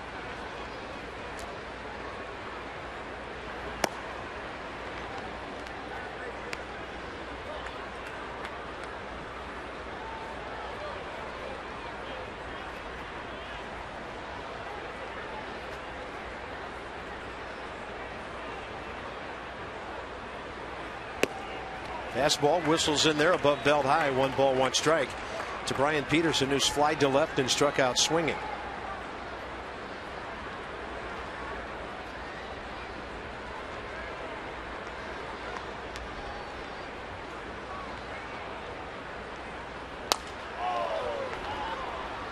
Well foul left side, and the count's 1-2. Hey, you've heard me say this a number of times this season, but in tie ball game, 7th inning, you get the feeling the next team that scores wins. By the way, the Phillies picked up a run in the 4th in that key game against St. Louis. They lead 2-0. Milwaukee battling to stay on top in the Central. They lead at Cincinnati 2-1 5th inning. Steve Cishek, one of 11 right-handers in the Florida bullpen, warming up. They have 1 lefty, Mike Dunn.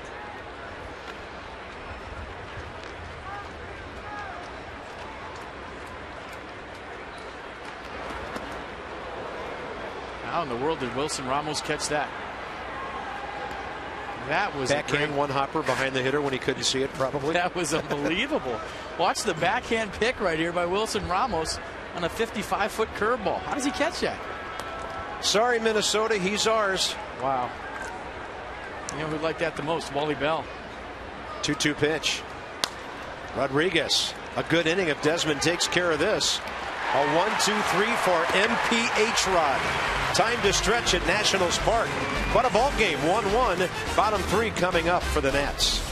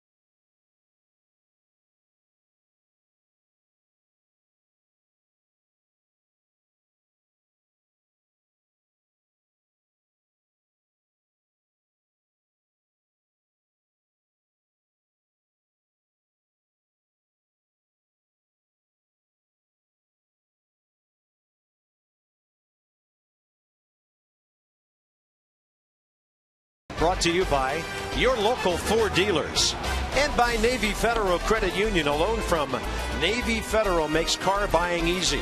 Visit NavyFederal.org to calculate your payment. Bottom of the 7th coming up. Marrero, Ramos, and then the pitcher spot for the Nats in a 1-1 ball game. Washington out hitting Florida 6-4 so far. For the latest news on Georgetown men's basketball, including ticket information, visit GUHoyas.com. And during the season, follow the Hoyas on Masson, the official regional sports network of Georgetown basketball.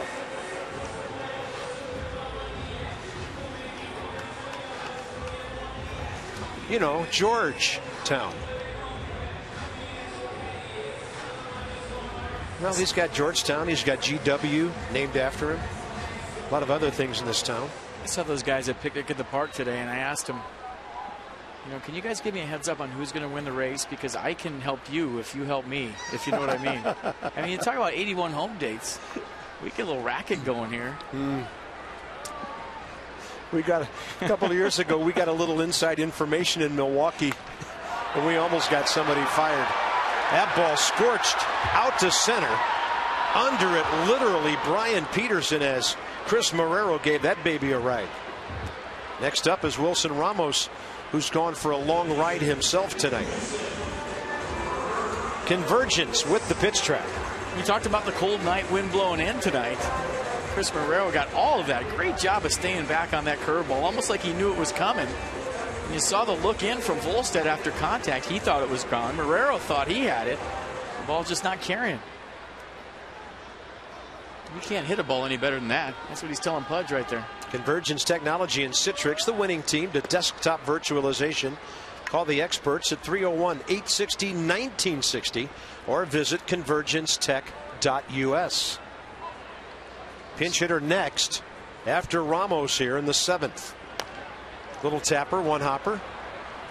Chris Volstead having himself a pretty good evening despite that one pitch that Ramos hit out of the park. And he'll face Lance Nix now with 2 outs.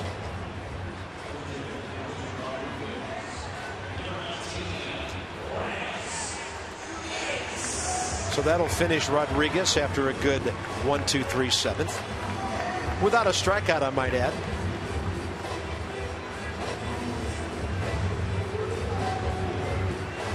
Todd Coffey's been up and throwing.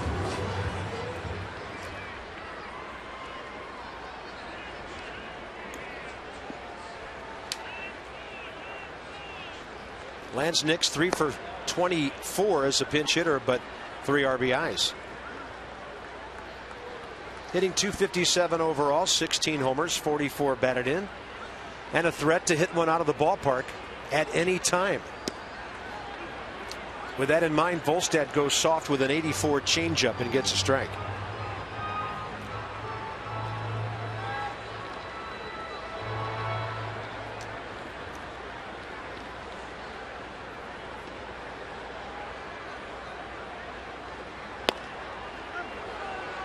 Yeah, that's a generous zone out there.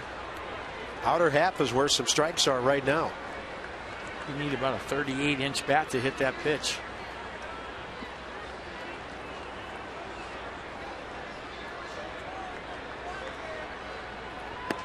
That pitch too high to be called a strike.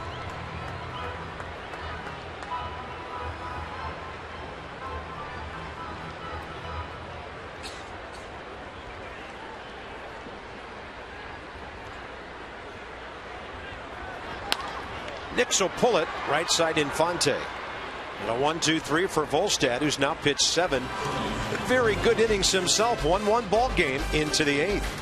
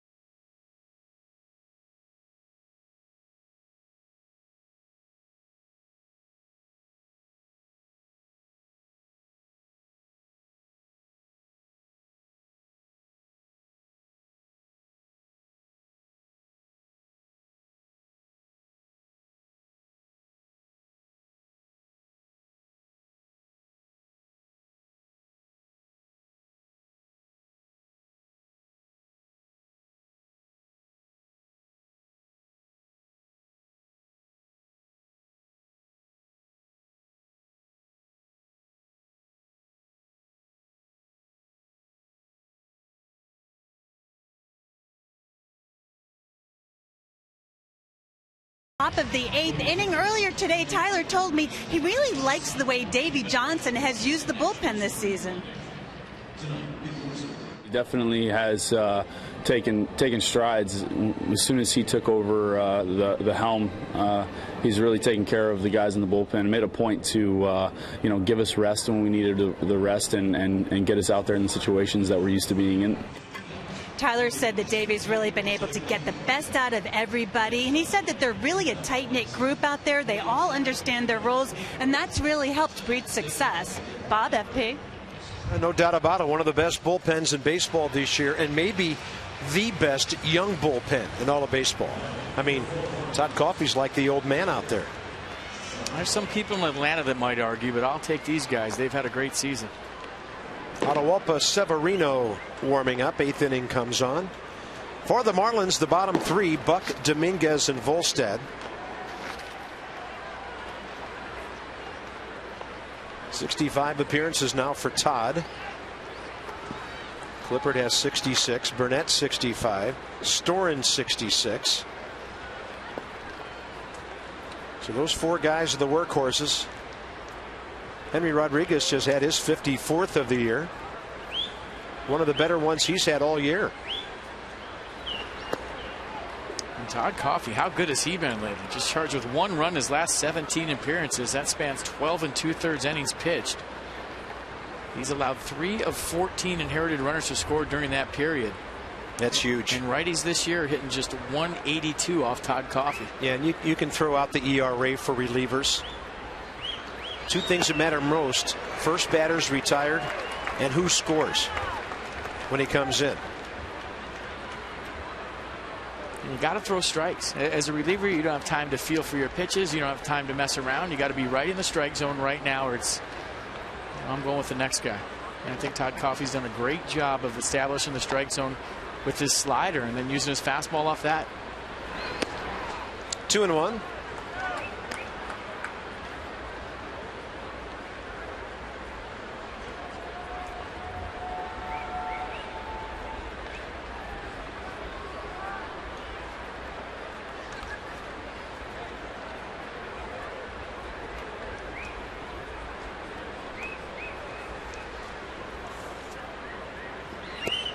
And Coffey misses.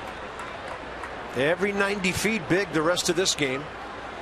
You also got to be careful right here in 3-1 count. John Buck's got 16 home runs. Got count leverage right now. We've seen him spin on a couple balls tonight, having a good night.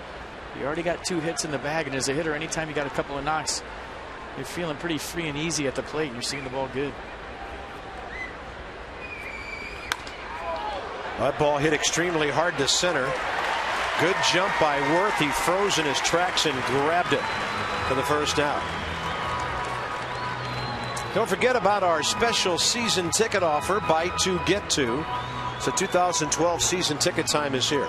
Get 2 free if you buy 2 right now, and you'll also get next weekend's homestand free as well. Go to nationals.com/2012 for all your double up season ticket information for next year. The hitter is Matt Dominguez, and Greg Dobbs will bat for him. They'll switch left-handed hitting third baseman here for right-handed hitter. And in Greg Dobbs, one of the better pinch hitters in the National League over the last 3 or 4 years.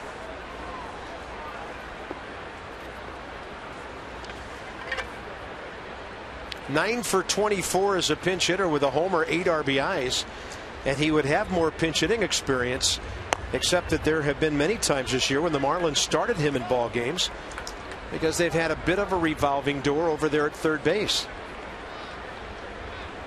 He's played in 126 games this year, 390 at-bats, 110 hits, 8 home runs, 49 RBI, and 23 doubles. Having a nice solid year. Dobbs pulls the ball right side, easy for Espinoza. 2 outs. Now the Marlins will employ another pinch hitter, left-handed hitting catcher John Baker.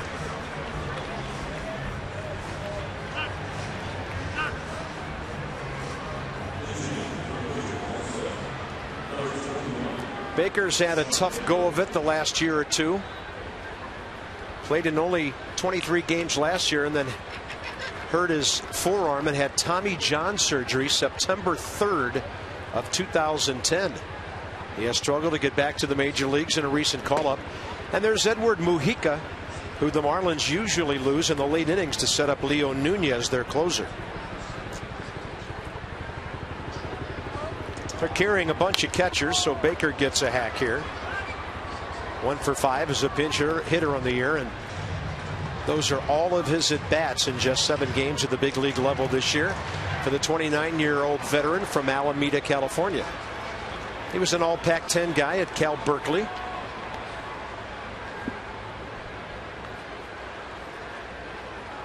Caps off a pretty good night for Volstad. And Baker gets a pinch hit. He's aboard with 2 outs for Emilio Bonifacio. With huge TVs, cold beer, all-star eats, and great giveaways, the all-new Skybox Sports Bar, your game day headquarters, only at Hollywood Casino, Charlestown Races. Most stolen bases since the end of June, and the chief larceny guy is coming into the batter's box right now. Bonifacio, 33 of his 38 on the year.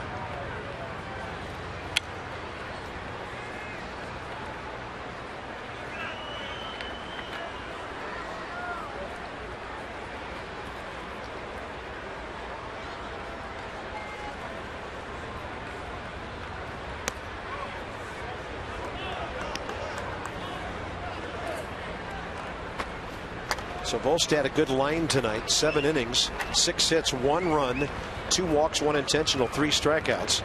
Gave up a homer, had a pickoff, and the Marlins would have to score here to give him a chance to win the ball game.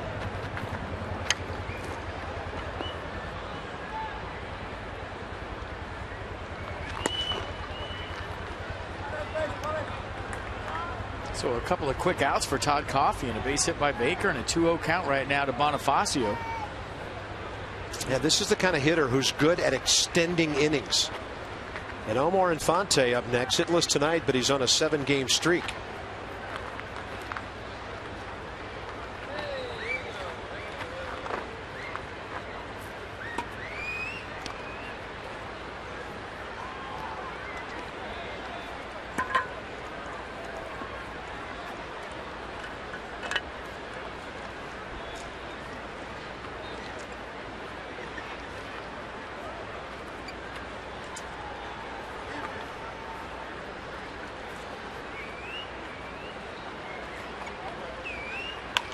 And a little chopper. That's easy. Marrero, this game is into the bottom of the 8th inning. Bullpen very good again tonight. Desmond leads off. Bernardina and Zimmerman to follow.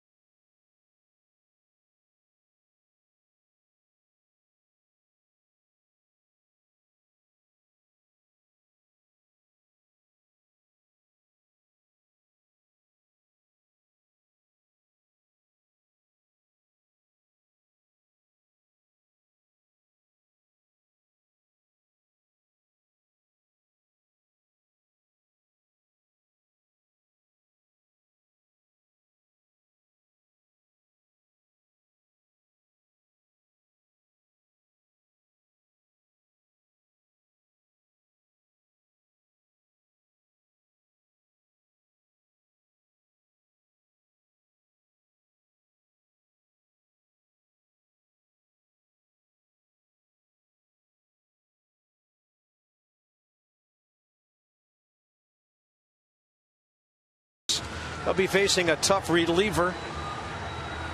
And the call to the bullpen packaged by the UPS store. We love logistics. And this guy is one tough customer. 26-year-old Edward Mujica came over from the Padres in the trade for Cameron Maybin, the outfielder.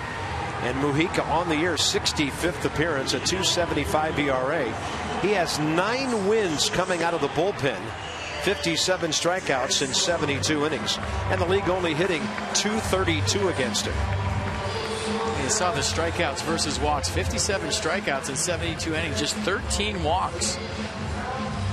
Ian Desmond will be seeing a fastball, slider, and a split from Mujica. He throws that split almost 40% of the time. It's a hard one, 86 miles an hour. Greg Dobbs stays in to play third after pinch hitting. So here's Ian Desmond, 1 for 2 with a walk.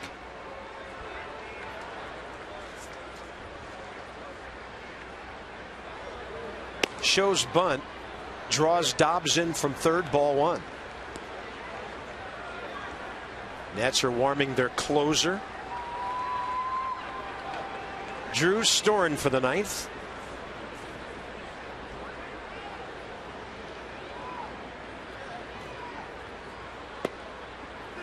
Counts even.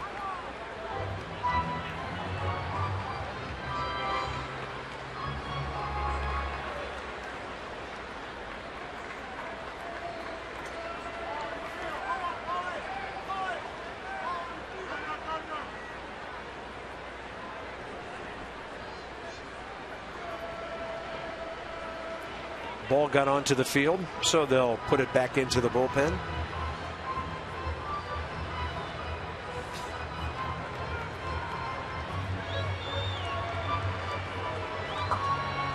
Mujica 67, then 59 games for San Diego the last 2 years, and heading for 70 here with the Marlins. And that's the split right there, 86 miles an hour, and the bottom dropped out of it. 86, pretty hard for a splitter? Yeah. I mean, you'll see fastball velocity. You'll think it's a fastball. It's hard to pick up the rotation. You go to swing and it's not there. Seems like not as many pitchers throw the splitter as we did maybe 10 years ago. More guys go with just the change-ups now. And Desmond is gone for the first out in the 8th. The thing about facing a split is it's hard to pick up the fastball. Let's check out the pitch track. You see it right there. It looks like a fastball. It drops off the table. And if you see it, if you're lucky enough to see the rotation, you have to make it be up. About face high is where you look for it. It drops right down to your belt and you can hit it. And splits go a long way. Convergence Technology and Citrix, experts with desktop virtualization, helping companies achieve efficiency and cost reduction. Call the experts, 301-860-1960, or visit convergencetech.us. Mujica with a strike to Roger Bernardina, who's 0 for 3 tonight. Last time up, grounded out.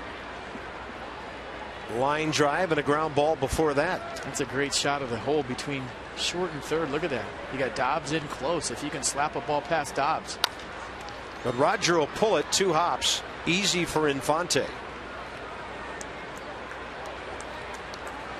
9 o'clock here. Already in the bottom of the 8th inning. But a tie contest. Ryan Zimmerman has bounced out to third 3 times in a row. So as we sit up high, Bob FP with Debbie downstairs, hoping for some 8th inning 2-out lightning here with Zimmerman and Morse.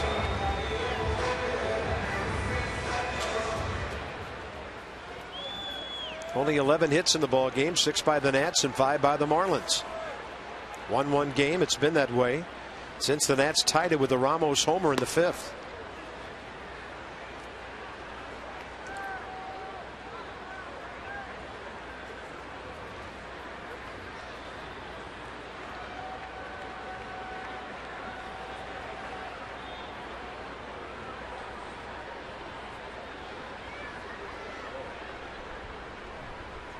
Zimmerman drives it, picked off by Bonifacio.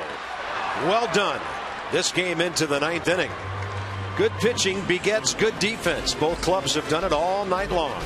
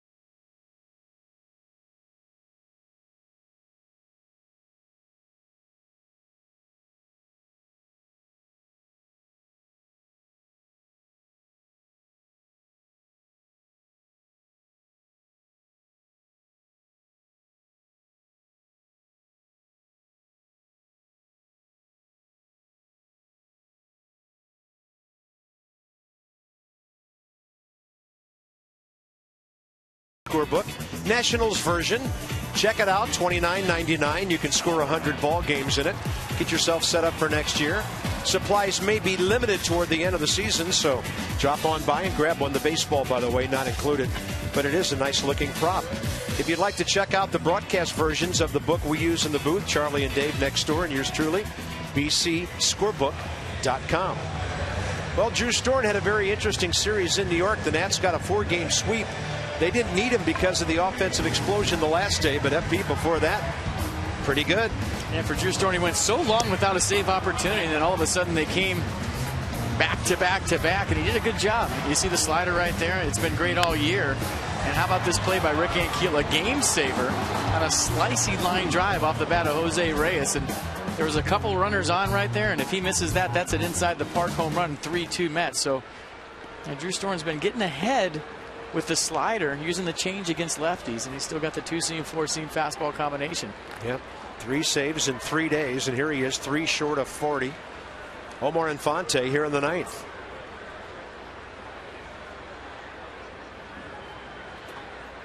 There he goes, first pitch fastball. FP noticed that sometimes lately he's only done that with at least a 2-run lead in a save situation, trying to avoid that first pitch fastball home run ambush. I think you got Omar Infante with just 5 home runs, and I think Drew Storn knows that, so challenging. Yeah, we'll see what he does with the next guy. He goes slide piece there and misses outside, 1-1.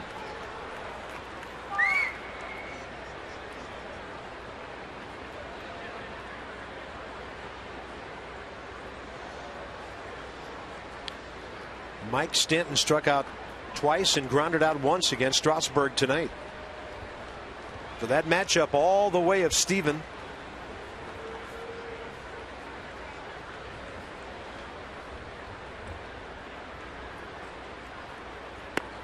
And Storn misses over but low with 96, 2-1.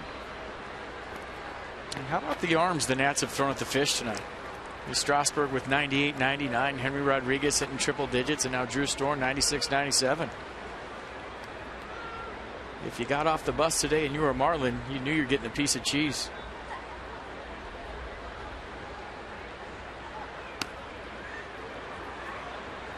Close, but ball 3. Drew Storn with a little walk around the mound right there, looking up at the stars. Gather himself, wondering how that wasn't a strike.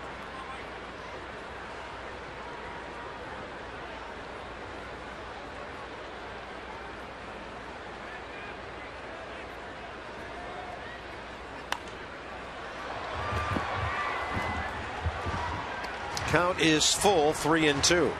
Tonight's copyrighted telecast presented by authority of the Washington Nationals and may not be reproduced or retransmitted in any form, and the accounts and descriptions of this game may not be disseminated without the expressed written consent of the Washington Nationals.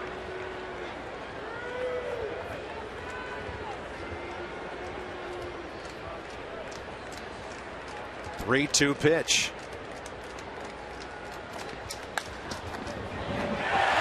Desmond to his right with a great reach right at the end. That ball was labeled for left field, and Omar Infante may see his hitting streak come to an end on a play like that.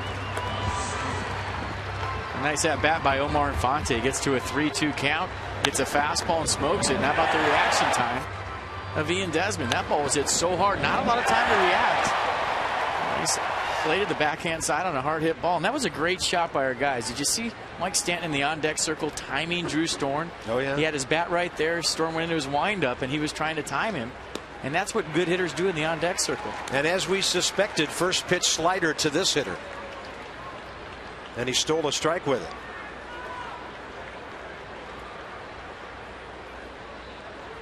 Battle of the bullpens now. Both starters terrific tonight. And another breaking ball outside, 1-1. And sometimes as a pitcher you read swings, but a lot of times you read takes. And if you saw Mike Stanton's take right there on the slider, the front shoulder was leaking a little bit. That's telling you he's looking middle in, thinking pull. You can see that just by how guys take a pitch. He was pulling off that.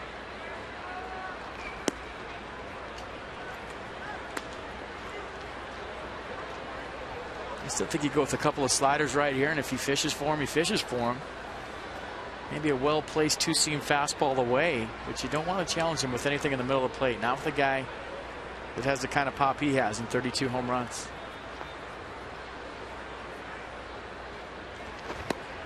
Yep, nothing but hooks here.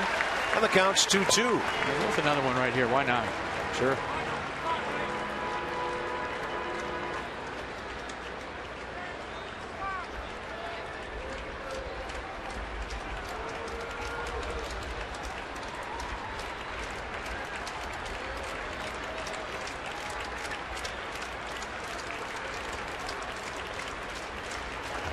Yep, nothing but hooks.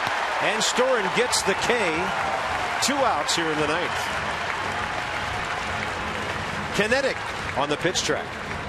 And the reason you go with the sliders right here is exactly what I talked about on the 1-1 pitch. You saw him pulling off. So he's thinking, you know what, time to go home. I got 32 home runs. I'm going to go deep right here. And Drew Storen saying, not so fast, my friend. I think when you talk about Matt Kemp versus a guy like Mike Stanton, if you walk Matt Kemp in that situation and pitch around him, he has the ability to steal second base and win a ball game. Now, Stanton's only got 5 stolen bases this year. He's been caught 5 times. So in situations like that, you just pitch him like it's 0-2. If you walk him, you walk him. Yeah. He's not going to go anywhere. Logan Morrison follows him, and he's 1 for 3 tonight. Hit the ball hard twice. Marrero battled and stayed behind his drive last time up.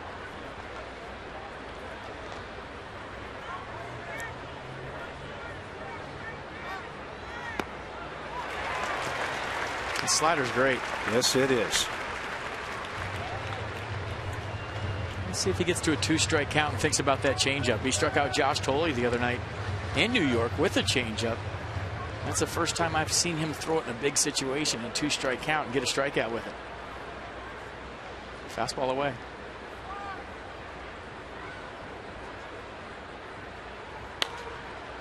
Got it in on the hands of the lefty, and Morrison couldn't do anything with it. Now the Nats are a strike away from getting up in the bottom of the ninth. And this is where he would throw the changeup in a 1-2 count. But for me, I like the way the slider's sliding tonight.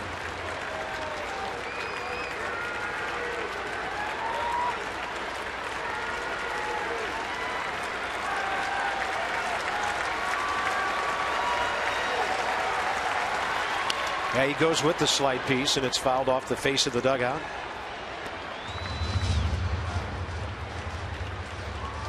Great crowd tonight. 33,247. So the first 2 games of this series draw right around 56,000 with a 135 game. Shin-Ming Wong tomorrow. Bases empty, 2 outs, top of the ninth.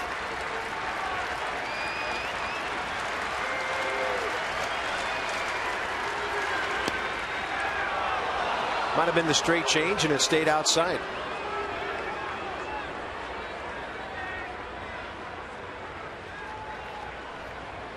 Gabby Sanchez always dangerous if the inning continues.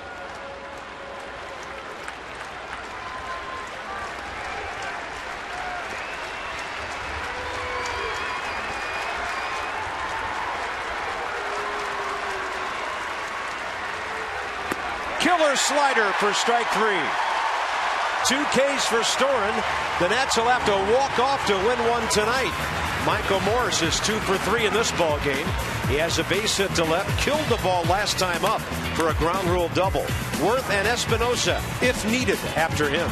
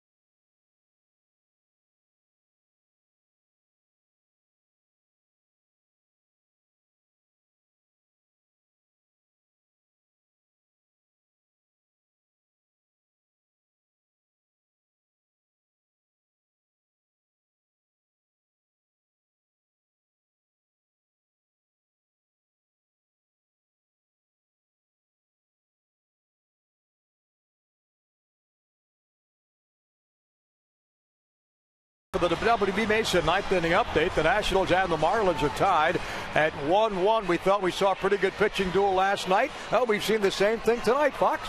We have phenomenal. Steven Strasburg, listen to this.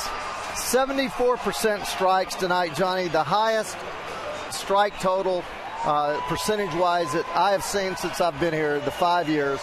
He threw 61 pitches in the 6 innings. 10 pitches per inning, the lowest pitch count per inning that I've seen since I've been here. What a great effort. And Wilson Ramos, home run number 13. Let's see if Bob and FP can pull this out in the bottom of the ninth. Well, Johnny, we'd certainly be happy to tell about somebody pulling this thing out. And first up will be Michael Morse for Davey Johnson. The 13th walk-off win of the season will probably be the most that Ray Knight's seen since he's been here, too. And wouldn't 13 be lucky halfway to St. Patty's Day? Michael Morse takes a strike. Edward Mujica still in the game. They were warming up Leo Nunez in case the Marlins took the lead there in the ninth. Morse has hit the ball hard twice tonight. Last time up, he smoked it.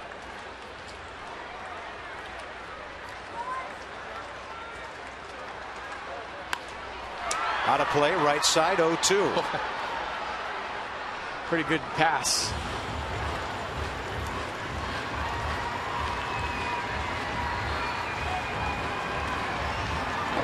Well, Storn's done his job. Burnett, if it gets into the 10th.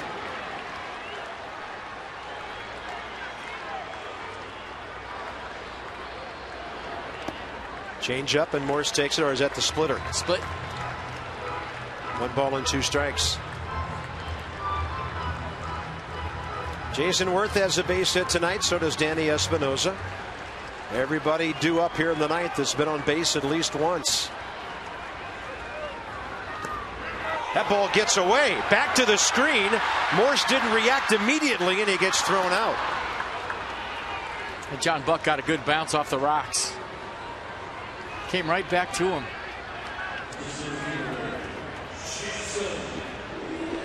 So the bottom of the ninth is underway with a strikeout throw-out play. And you see Michael Morse right here going, waiting for the call. And it's hard to admit that you went on that, but you saw the call by Wally Bell quickly right there. And then Michael Morse went. As soon as he heard strike 3, he went, but the ball bounced right back to Buck. Made the play a lot easier than it should have been. Yeah, there's not a whole lot of room behind home plate in our ballpark here. Part of that surface is hard. Sometimes the ball will ricochet out. 4 in a row by Mujica now, who faces Worth.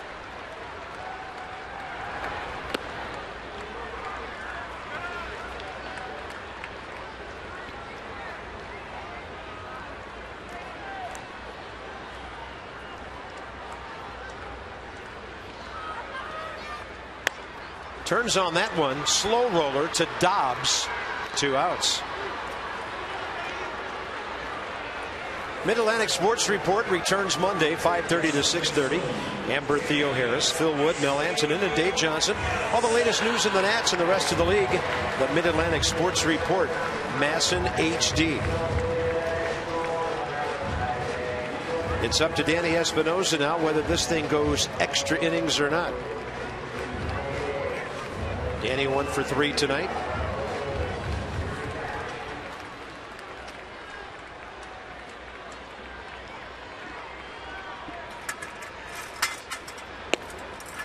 Nine for his last 20. And a strike call from Wally Bell. One thing I'll give Wally Bell credit on is that wide strike to lefties has been there all night. Yep. There's no reason for a right-hander to throw a ball anywhere near the happy zone of a lefty, which is usually down and in.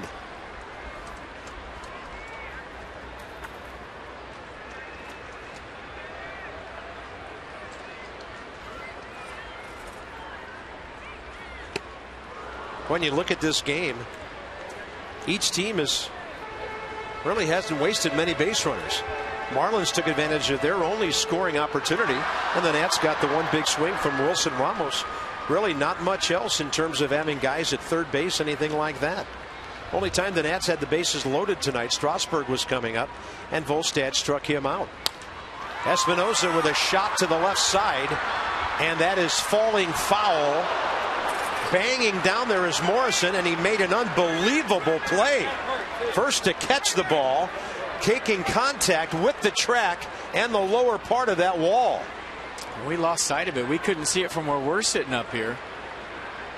But the last thing you could see was him going hard into the wall. He just disappeared. And you saw Scott Berry running out there, hustling out to make the call, and that was some kind of play by Logan Morrison. Check it out right here. Wall coming, sliding. Bam. Wow. Even Nets fans high-fiving him.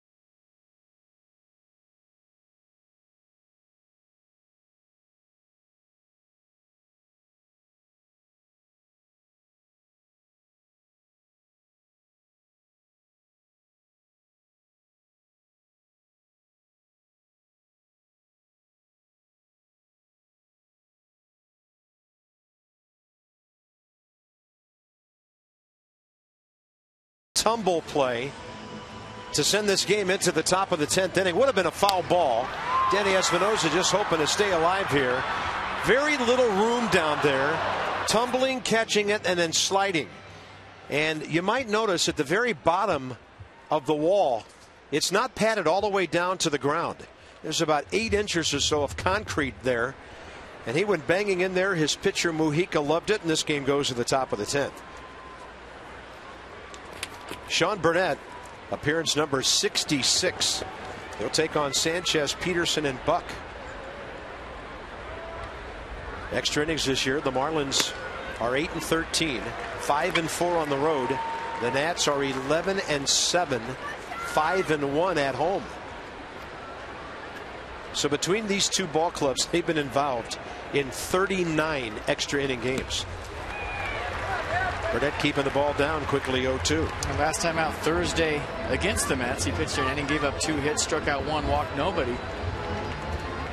And his best pitch that day was the changeup. And I've been talking to Sean Burnett a lot lately, and he said that since his surgery many years ago, I think it was in 07, he's had trouble getting the feel for that pitch, and it's back. So he's been throwing it too hard. Now he's taking a little bit off of it. So the fastball we all know about, the slider too. And I think that was a changeup right there. And that's an 0-2 pitch for a base hit. Gabby Sanchez on for the first time. That's only the Marlins' second hit since the 5th inning. I'm going to check out the changeup from Burnett. Pretty good, down and away. Sanchez just went out and touched it. And even with great range, Desmond, no chance. You'll see how Jack McKeon plays it here. He's approaching the bottom of his order. They got a speed guy up there. You'd think he'd be bunting all the way. Brian Peterson does have a couple of sacrifices. Didn't square. Took a fastball inside corner. He started to, and then he stopped. That was weird. I think he's going to sacrifice. He slid his hand up on the bat and then took the pitch without squaring around.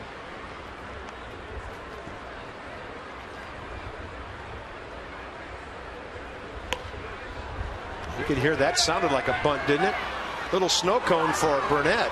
And then Marrero found the bag at the very end. Anxious moments on both ends of that 1-3 sacrifice. A nice bunt by Brian Peterson. It's not easy to go up there against a lefty, left on left, and get a bunt down. And you see the footwork by Chris Marrero at the end of that one. Well, job done. Job well done. You see Marrero retreating, trying to find the base, and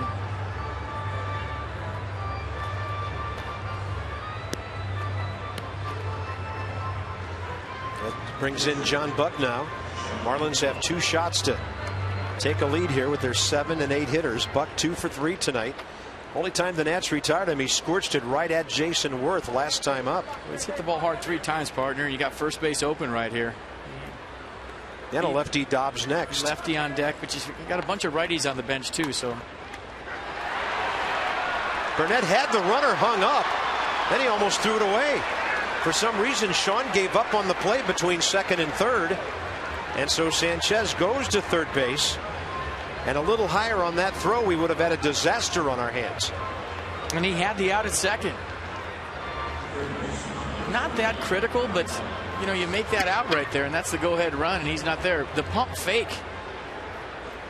You look at Sanchez on second base, he bit, and then he almost threw it down the right field line. And once again, some good footwork on the back end by Chris Marrero. And I think this is a good trip from Steve McCaddy to calm down his lefty. Say, hey, look, you know what? You had the out at second, but you got to throw that away. We got to concentrate on lefty right here. So that's done with. The only thing that matters with 2 outs is getting the guy in the box. Don't worry about that. Yeah, you had him, so what? But now you got to worry about Dobbs. Go to work.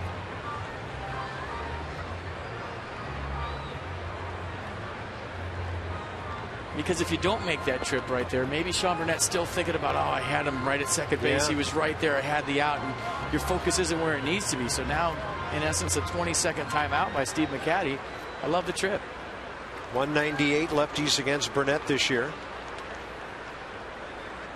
And Greg Dobbs is used to hitting against all kinds of pitching late in the ball game. Spot starter for the Marlins this year, as I mentioned, but he makes his living pinch hitting.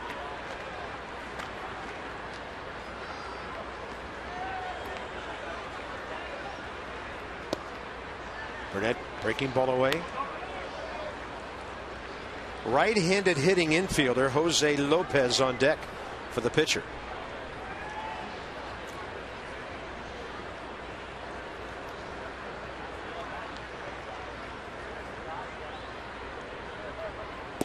And Burnett goes soft again, misses away 2-0.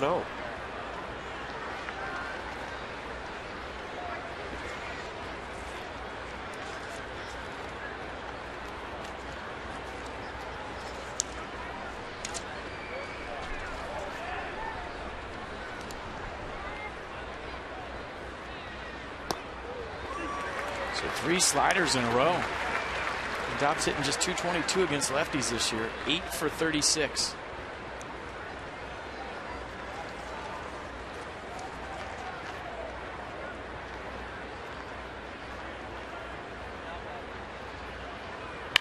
Hits it hard, but foul.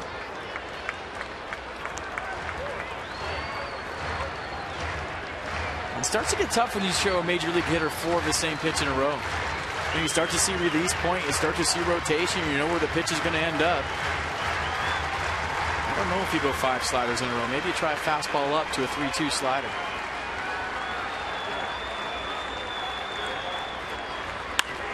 He goes breaking ball right at Espinosa. Now the Nats have a chance to win it again in the bottom of the 10th with Marrero, Ramos, and then the pitcher spot coming up.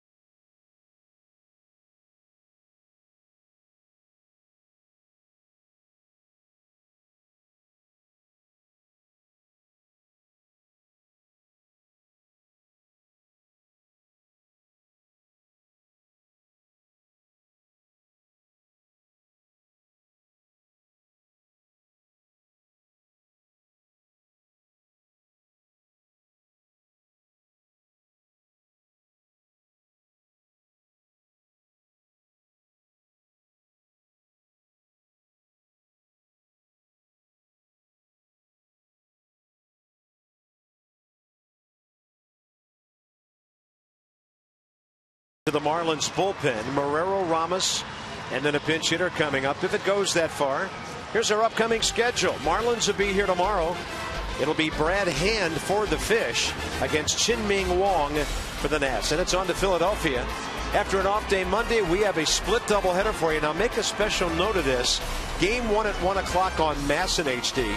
Game 2 at 7 o'clock, MASN 2 HD. MASN 2 HD Wednesday night, MASN HD Thursday night. 4-game set in 3 days in the city of brotherly love.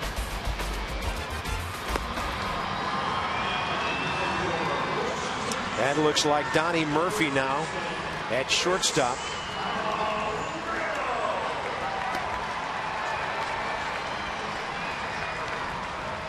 That puts Emilio Bonifacio in left field now. And the new pitcher will be Steve Cishek. So Logan Morrison obviously banged up after hitting that wall. Yeah. Well, they got Bonifacio, who they can play anywhere. Cishek features a fastball, slider, and a change. Fastball 92, 93 miles an hour. Slider 83, change 85. So their pitcher is batting in the number 4 spot. Here's Chris Marrero. Cishek tough for right-handers because he comes from the side there.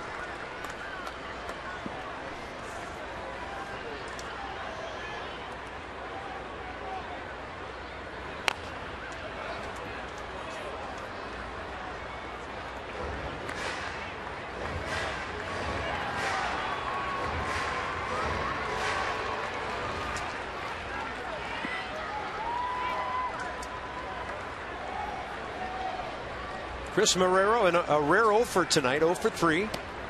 And a breaking ball ends up way outside. 1 ball, 2 strikes. And that was a good old-fashioned frisbee. And the slider that just took off. Wilson Ramos, the reason we're here right now. One swing, the extent of the Nats offense tonight. Same pitch, a little closer, got him, 1 out. Fourth drive of the game. Is there any doubt? We're going to go back to the first inning, the walk by Wilson Ramos. No, we're going to the 5th inning. Obviously, the home run by Wilson Ramos. Just got to pitch up in the zone, and that's just a pretty swing that you don't get tired of looking at. So Wilson red seats Ramos with his 13th home run of the year.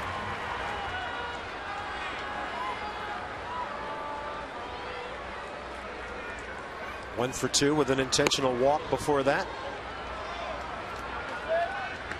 And then the number 9 spot, we'll see Rick Ankiel if Ramos doesn't end it right here.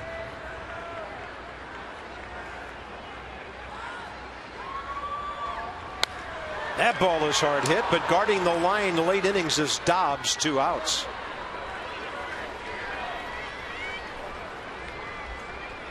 And that was a slider that didn't slide.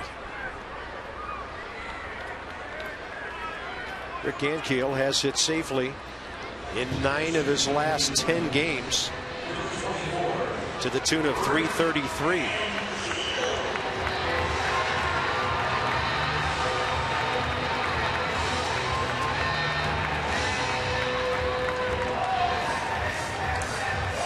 Nine homers, 35 RBIs. Rick hitting at .248. He's been pretty good as a pinch hitter. He has one of the Nats' 2 pinch homers on the year, Ramos the other. So he's 3 for 9 with a homer and 2 RBIs as a pinch batter.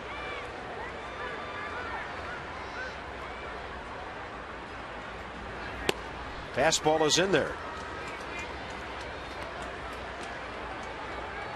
As we've seen lately, he can take you out the other way.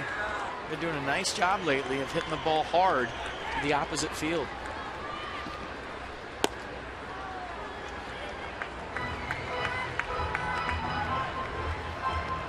1-1 ball game, bottom of the 10th. Cool night, pitchers rule. Ankiel way out ahead of that one, and this game's going into the 11th. Nats do not have a hit since the 6th inning. Marlins only have 1 in that time.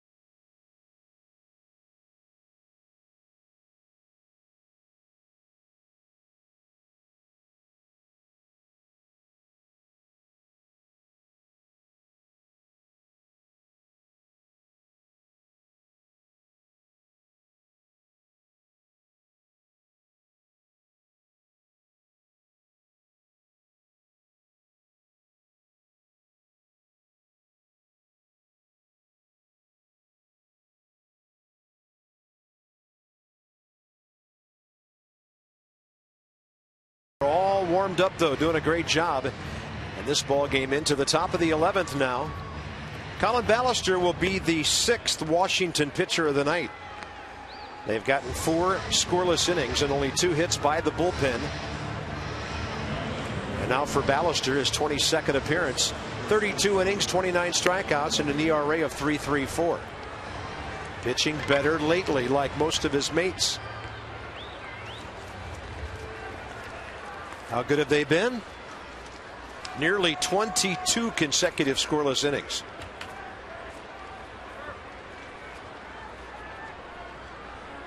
Donnie Murphy leads off, 28-year-old infielder, former Kansas City Royal and Oakland Athletic.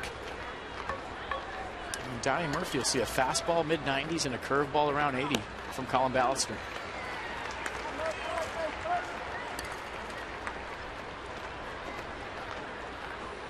On the DL early this year with right wrist inflammation.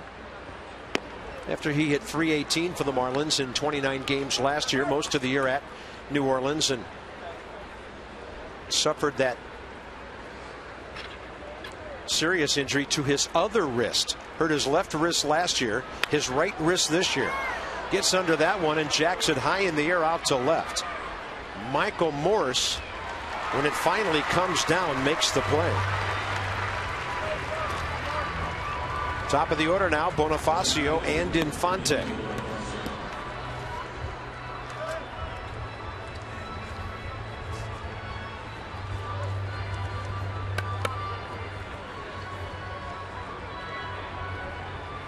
Emilio Bonifacio tonight 0 for 3 with a sacrifice.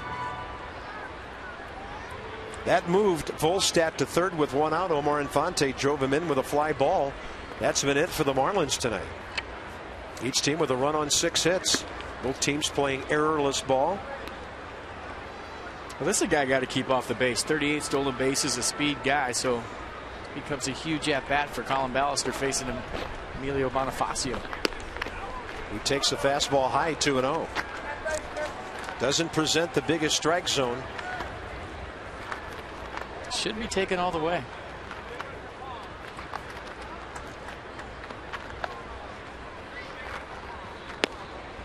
Hitless Bonifacio at 5'11", 200, which I think from the height standpoint is generous.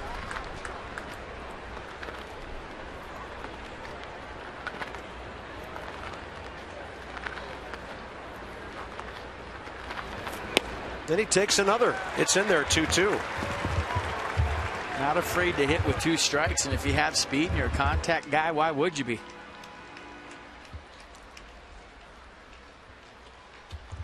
.42 infield hits this year. 3-2.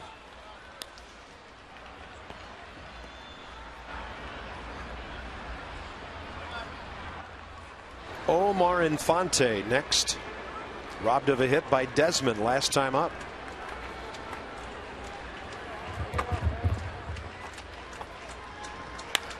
Bonifacio hits it hard. Espinosa boxes it down, and safe is Bonifacio.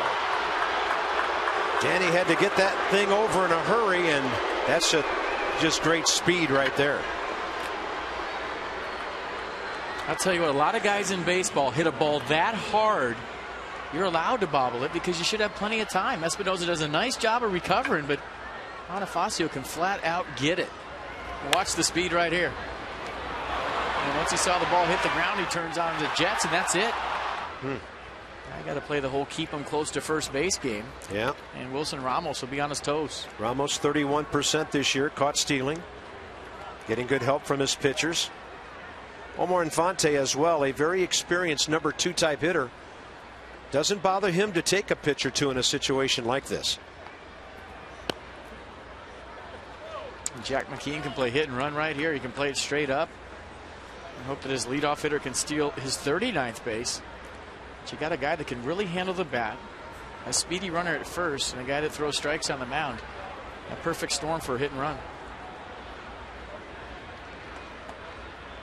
Runner holding. Infante breaking his bat. That'll be easy for Bernardino. 2 outs.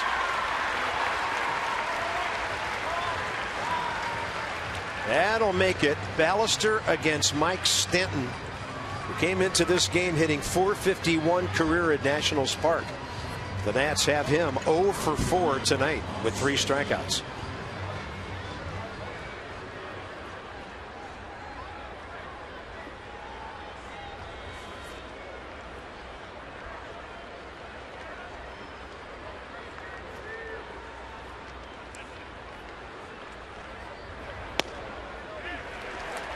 With Lopez on deck, I'd be very, very careful here if I was Colin Ballister. Yeah, 2 different kind of hitters. Yep. Jose Lopez on deck again. Pitcher spot is next. Ballister with a really good hook. When Colin's throwing the ball well, he's got a very good fastball curveball combination. With Lopez on deck, if I was Colin Ballister, I'd go right after Mike Stanton. I wouldn't throw him a fastball here. Take that breaking ball a little out and a little low. See what he can do with it.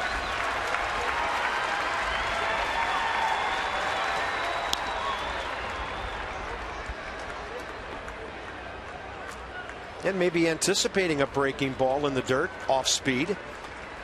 Bonifacio could be running. The Nats could pitch out here.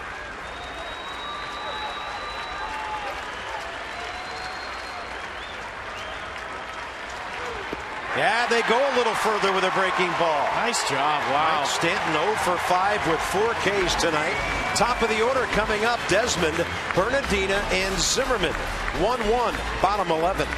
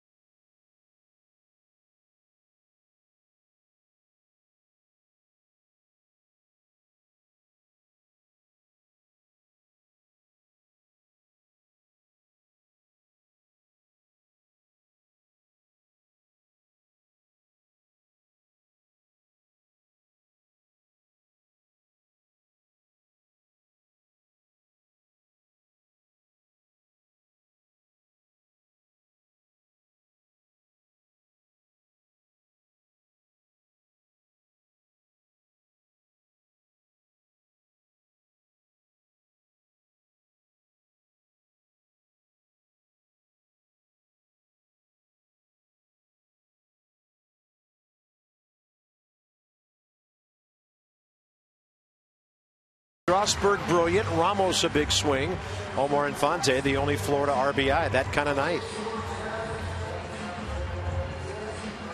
Other than that, a lot of offers and a lot of pitchers really getting the job done. Well, Ian Desmond would love to check in with his second hit of the night right here.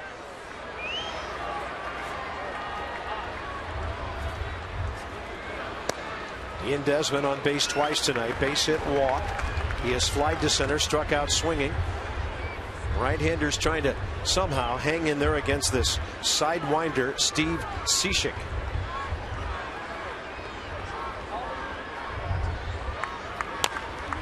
Desmond severely jammed.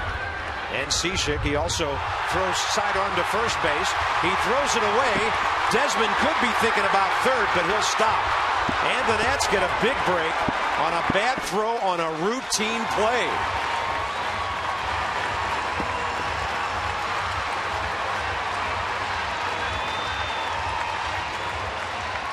A huge mistake right here. He fields it nice and clean, goes to make the throw to first base, sidearm delivery, and that's nowhere near. Now, we didn't see that angle from up here the first time, but watch this. That's halfway up the first baseline. And Ian Desmond right here is thinking about three, but I like the fact that he stopped. You don't want to make the first out at third if you're not 100% sure in that situation. You got to stop at second base. And now it's up to Roger Bernardino getting him to third base. Then you got Zimmerman and Morse. Hey, they can walk both of them. This thing may end up with Jason Worth hitting. If Bernardino does his job. That's a great point, partner. If Bernardino does bunt Desmond to third, they're insane if they pitch to Zimmerman. If I was Jack McKeon, I would load the bases to pitch to Jason Worth. And that's how this thing's going to go if he gets the bunt down. First things first. Bernardino does get the bunt down. Nobody covering third. And this time they let the third baseman make the throw. That's perfect by Roger. 5-4 on the sacrifice. How many people at home right there were rooting for Cishek to field that ground ball? I wouldn't have minded. He wanted nothing to do with that. He hopped right over it. Now, here comes the chess match. Well, they got to walk Zimmerman. Well, they don't have to. We'll see. I mean, obviously, you're thinking maybe load the bases and set up the double play, but you could go 3 sliders here and see if he bites. And if he doesn't, put him on in the 2-0 count. Personally, I would walk him, obviously.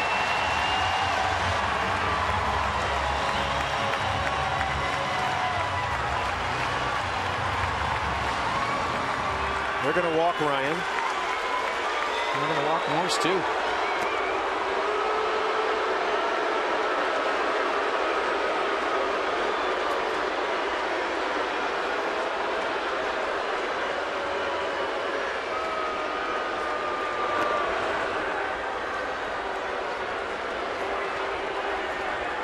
Look where Gabby Sanchez is standing.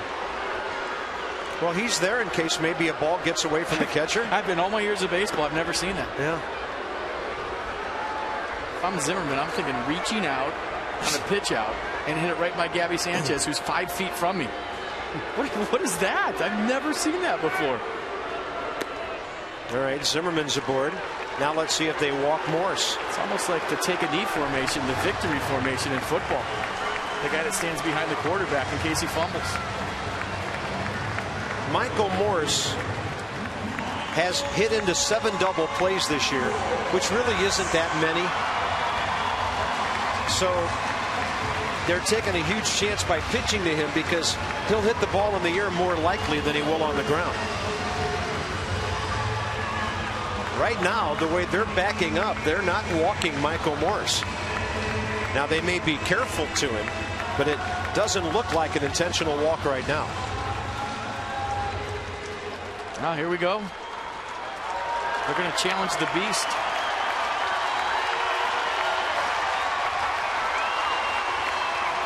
First pitch swinging. That's by the mound. And they turn the double play. And this game goes into the 12th inning.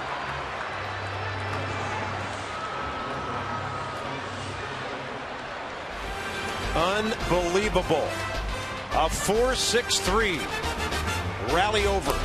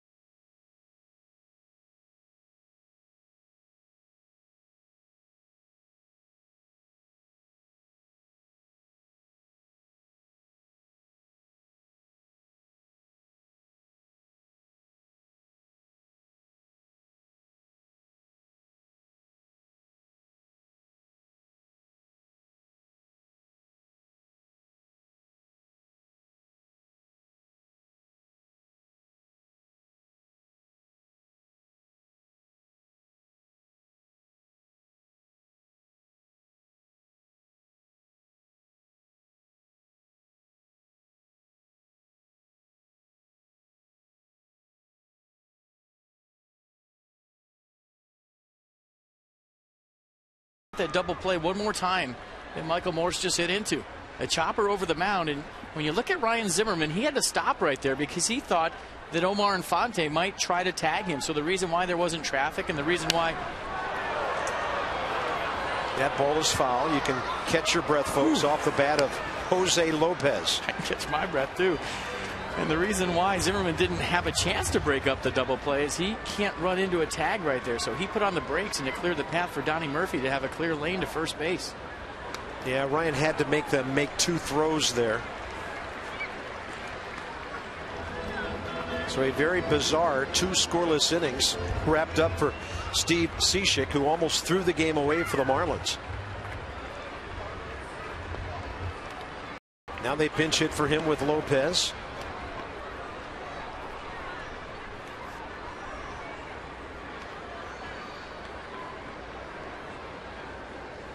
'27-year-old Venezuelan infielder hit 400 in 125 at bats at New Orleans this year. Swing and a miss on a breaking ball. Ramos grabs it out of the dirt and throws him out. Brilliant pitching by the Nats bullpen continues with Colin Ballister into his 2nd inning. Nice hammer right here from Colin Ballister. Dirty in the dirt, right where it needed to be with 2 strikes. Good pitch. That'll bring in Gabby Sanchez with Brian Peterson to follow here in the 12th.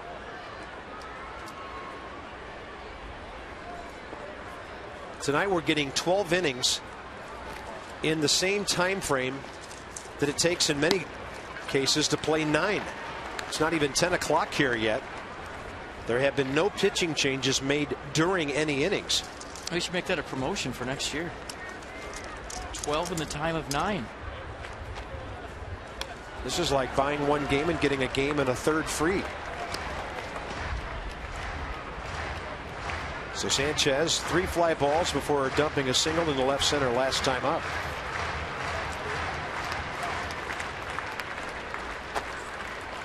Clay Hensley warming for the Fish, who have still not used their closer at Leo Nunez. And Colin Ballister, he's hooking some fish tonight. Got that breaking ball going and 3 consecutive strikeouts. It's sharp, it's quick, and it's late. And those are the toughest ones to hit, obviously. But Colin Ballister getting it out front and just throwing the heck out of it right now. Keep throwing it.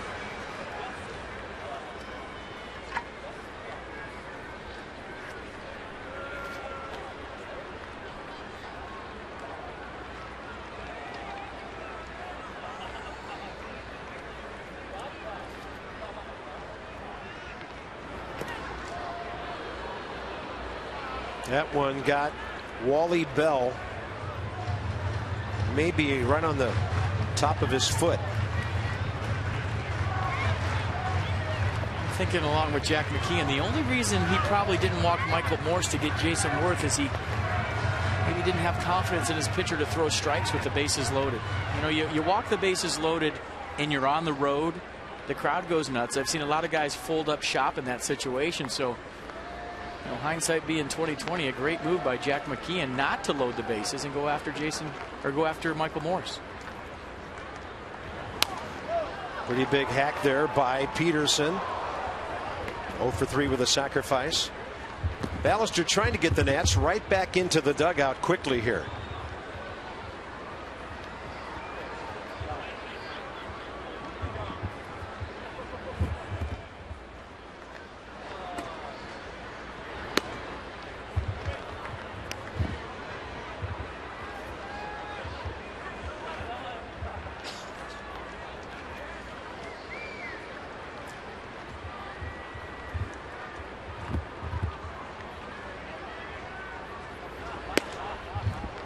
Three and one.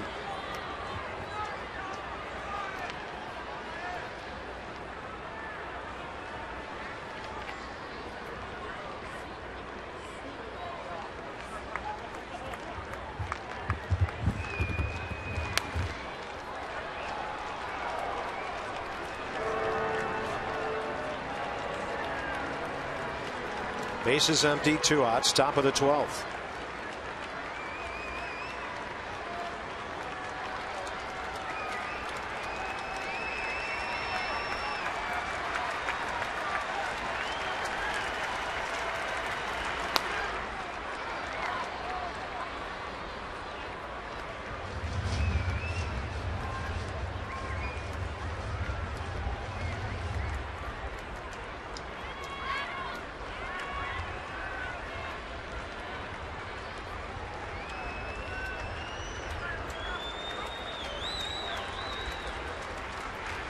And a 3-2. Just missing the strikeout on a foul tip.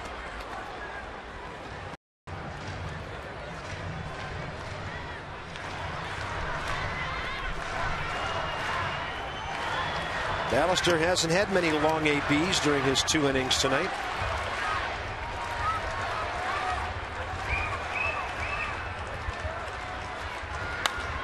And a fly ball to center. Well hit.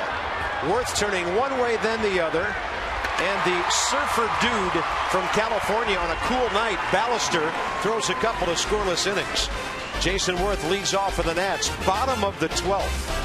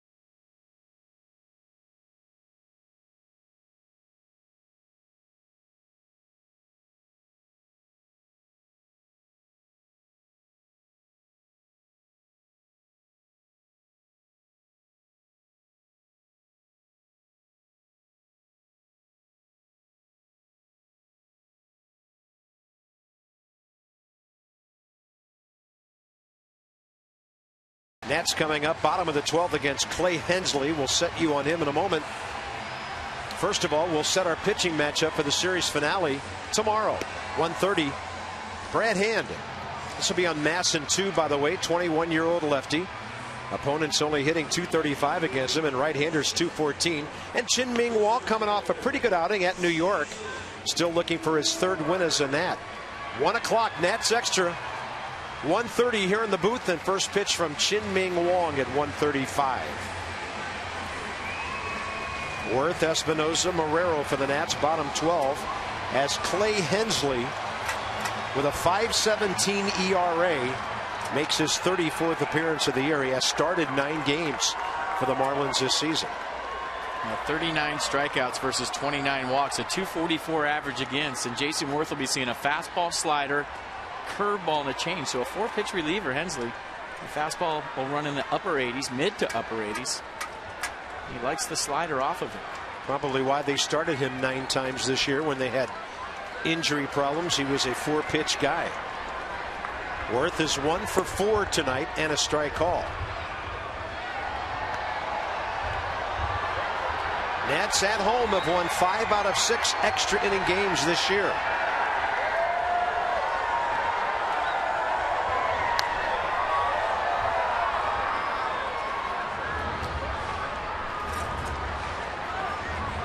This is where, if you're a Nats fan, you're hoping that Jason Worth can get on base for obvious reasons, but we've seen many times late in the game it's time to go home mentality. When he gets on base, he turns in almost like a 12-year-old, stealing second, stealing third, drawing throws. Just dominates the game once he gets on the base.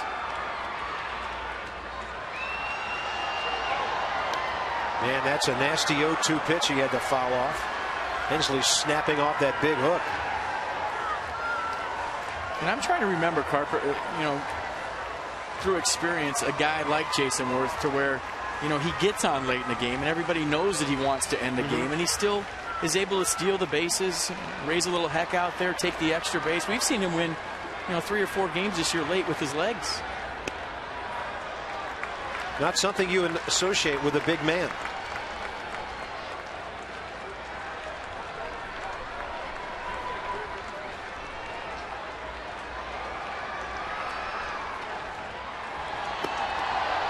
close take, and it's 2-2. Good take. And that pitch was a strike most of the way, and those are the hard takes with 2 strikes. A pitch that appears to be a strike that drops out of the zone late. So a lot of times you hear us say good take, it's because it even looked like a strike to us up here for a long ways.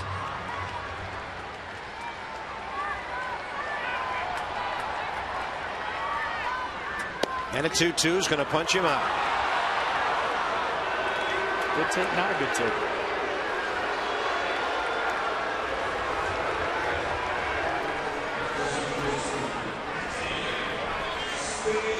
Espinosa next. Backdoor 2-seam fastball. We saw the curveball off the plate.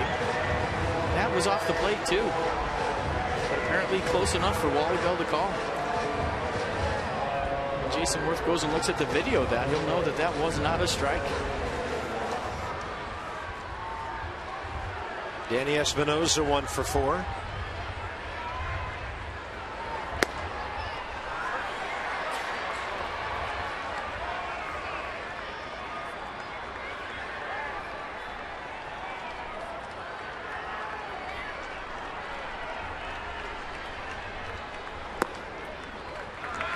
Off speed, 2-0.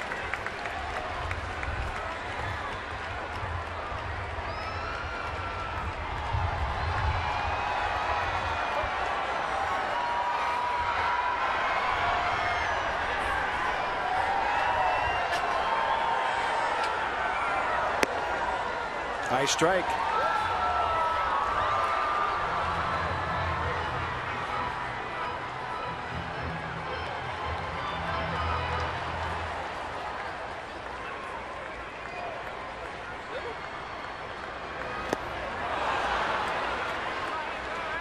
Looked like ball 3, and Danny couldn't stop his swing.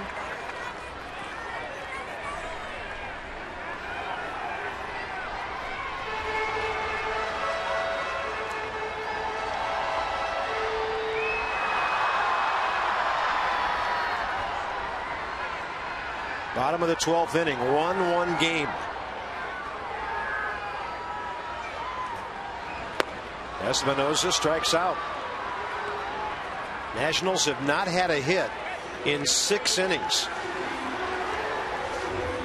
And just another pretty good changeup from Clay Hensley. Espinosa way out in front. Chris Marrero 0 for 4. Wilson Ramos on deck here.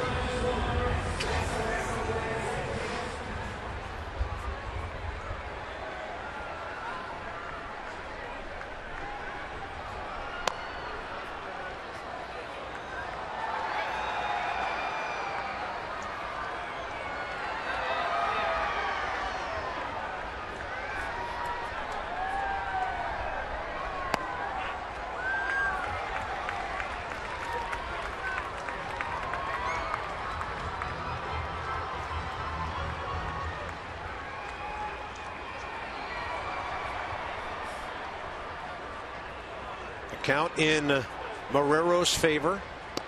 Good tailing fastball right back to the outer half. Hensley hitting some spots here in the 12th inning.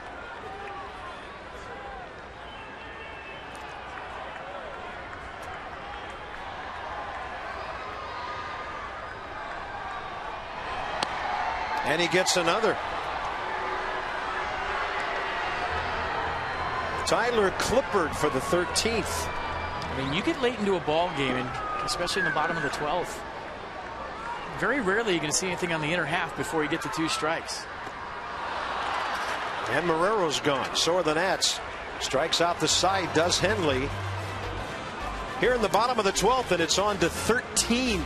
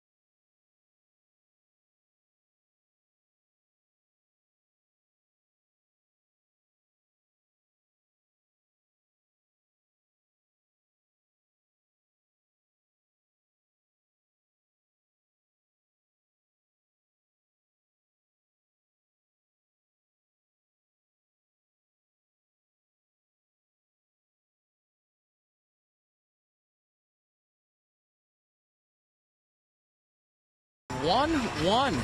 Where else would you rather be? Free baseball. This is great. It is time for the Morgan Franklin pivotal play, and it's pretty obvious tonight. We're going to go back to the bottom of the 11th. Michael Morse, a little chopper back up the middle for the 4 to 6 to 3 double play. So first pitch hacking right over the mound, and right when you think you're going home, the Beast hits into 2. So that's where this one stands. Morgan Franklin and their clients know that pivotal plays don't just happen in sports. See who's making them in business and government at pivotalplays.com. Tyler Clippard on for the 13th after 2 good scoreless innings. Oh, pardon me, it is Ballister. So Collins going to keep on going here. Why not? Only base runner was an error. 3 strikeouts of his 6 outs. And now a base hit that leads off the top of the 13th off the bat of John Buck, who's been Florida's easily most effective hitter tonight. 3rd base hit. 3 hits tonight for John Buck and allowed out in the 8th inning. So take it to the house with a 3-knock night.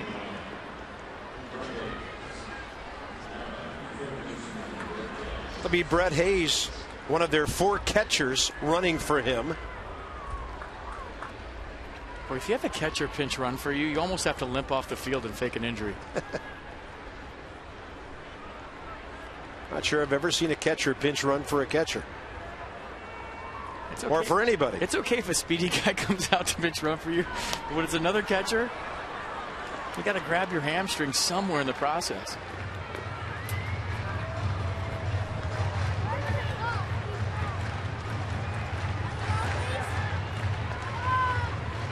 You have to be careful in these games. You have a big bench. You see Jack McKeon looking at his scorecard. There can be a temptation as a manager just to fire through your bench because you have so many guys with the expanded rosters. Still have to keep track. You can't just make moves to make moves, but so far Jack McKeon's made all the right ones. That got Wilson Ramos on the ricochet. And the Marlins don't have really that many extra men. They only have 6. This time of the year, most teams have about 8 or 9 extra men. The Marlins only had 6 on their card. Now they've used 5 of them. You see Wilson Ramos coming up to field the bunt, and the ricochet gets him.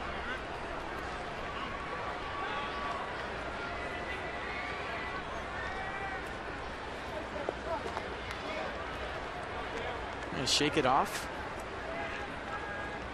You gotta love it to catch, I'll tell you what.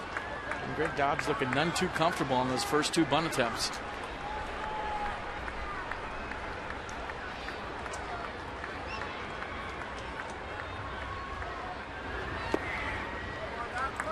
No signs of bunting on 0-2. He took the breaking ball low.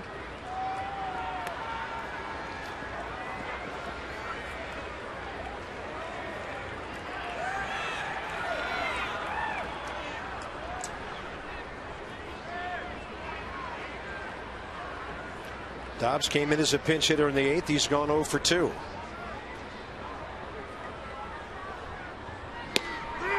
And Ballister will spin one to the outside corner. His 4th strikeout. And that is not an at-bat that Greg Dobbs is going to put on his highlight reel. After a couple of missed bunt attempts, a backdoor curveball looking for strike 3. Nice pitch.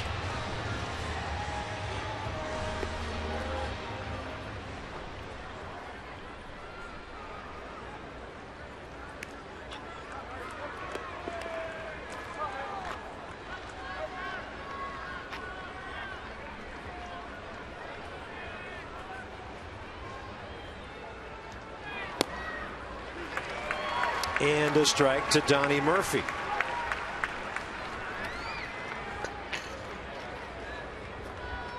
Jose Seda now throwing for the Marlins.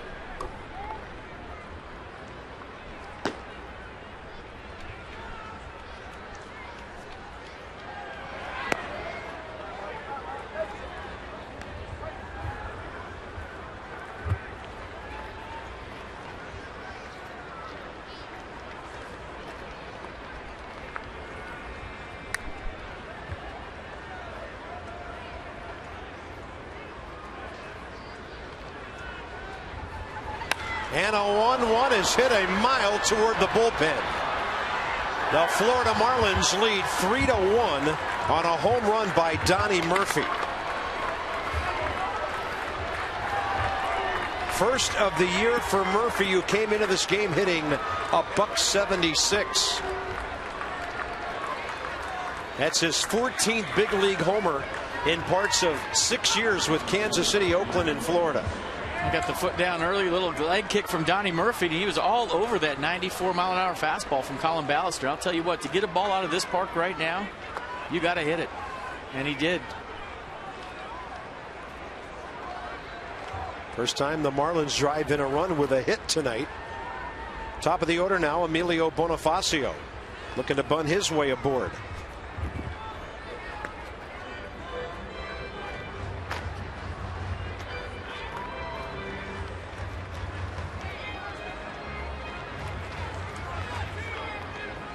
Last time Donnie Murphy hit a home run was last year when he hit just 3 for the Marlins in 29 games. Talked about the wrist injuries he's had. And Bonifacio, kind of a little butcher boy slug bunt attempt there. Now the count's 0-2. He was trying to bunt that ball over the head of Ryan Zimmerman. I've seen him do it before. I've actually seen him get a double on it to where he'll square around early, draw the third baseman in, and then punch it right over his head for a double.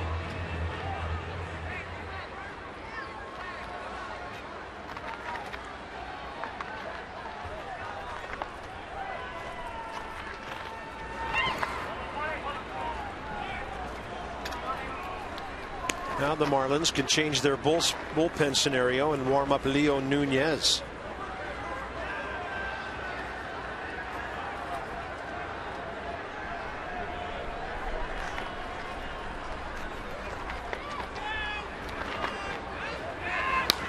And a fastball that Bonifacio spoils off to the left side.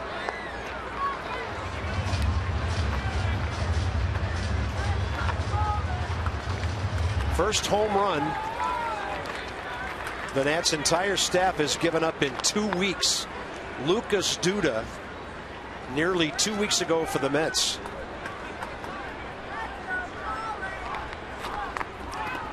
That one bounces way out in front of home plate.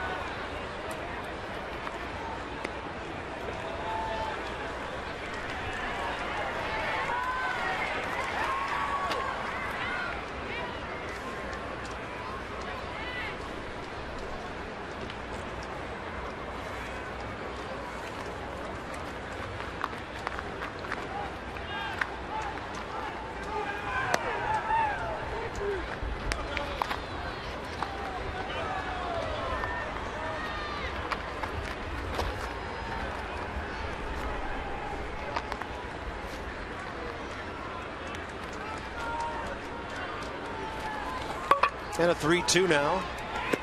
Swing and a miss. Bonifacio down, 2 outs. 5 strikeouts for Ballister. Nice job of coming back and getting him right there. Big pitch.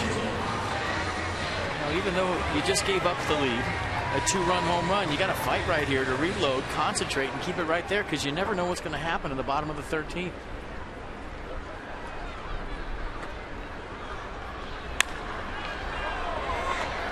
And a solid single to left. Omar Infante, it takes him 6 plate appearances, but he extends his hitting streak to 8 games. He's on for Stanton now, 2 outs.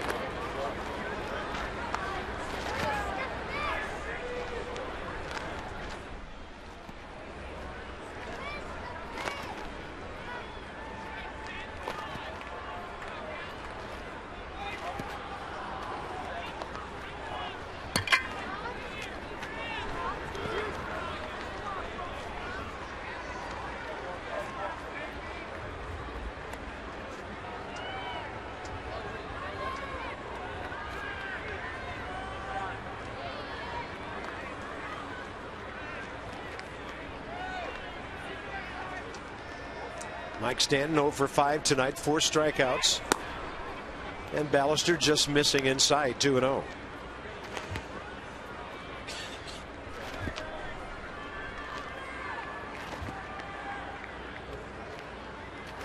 I'll tell you what, I got to give the crowd credit tonight. A lot of people stuck around. It's the 13th inning.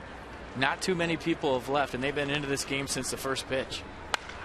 That ball well hit to left center. That smacks off the wall. Infante coming around. Joe Espada waves him home. Desmond's throw is late, and the Marlins lead 4-1.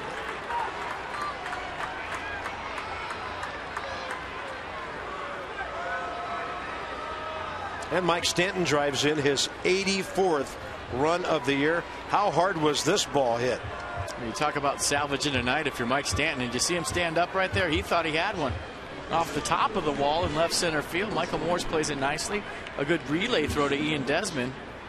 And a good throw by Desmond to Ramos, but it was too late. Catcher Vinny Rotino will be the pinch hitter here for the pitcher Hensley, who now stands to be the winner if the Marlins take care of their business in the bottom of the 13th.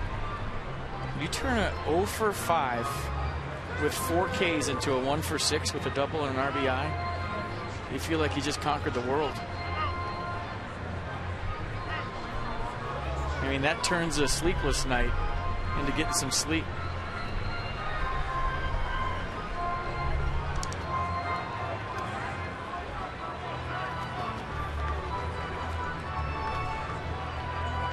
Now Steve McCaddy a visit as Ballister's been hit hard here. Single homer, single double in the 13th inning.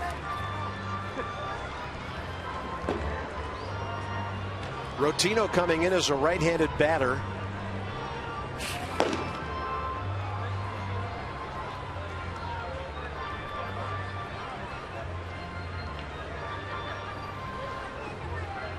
Vinny Rotino, 18 games, only 24 at bats in part of 3 years with Milwaukee, 06, 07, 08. Marlins signed him as a minor league free agent in November of 09. Spent all year last year at the minor league level. And he goes up hacking and fouls it off to the right side.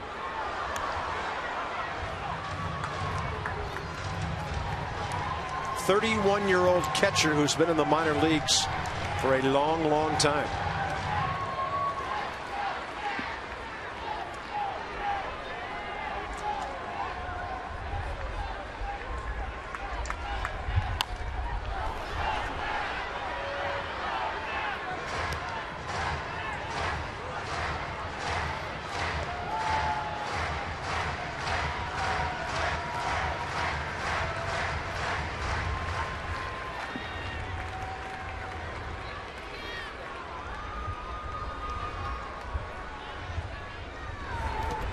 And Ballister spins the breaking ball, blocked by Ramos, who, by the way, will lead off the bottom of the 13, followed by a pinch hitter, and then the top of the order.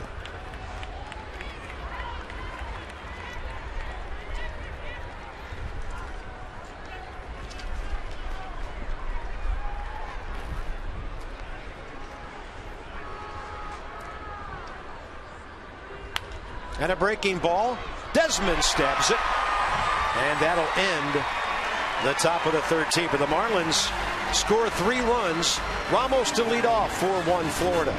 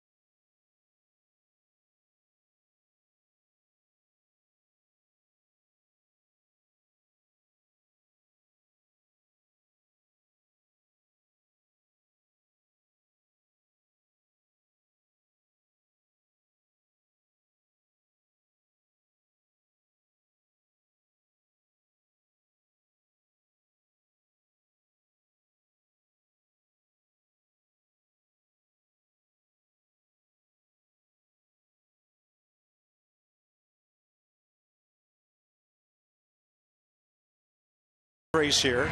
Teddy going one way, looking great. Problem is, the race is on the other side of the ballpark. They went down the other side for the first time ever that I can remember. Roy, wrong way, Regals. 1929 Rose Bowl for Cal. Picked up a fumble, ran the wrong way. Teddy, you're going the wrong way. Sporting a serious pooch, too.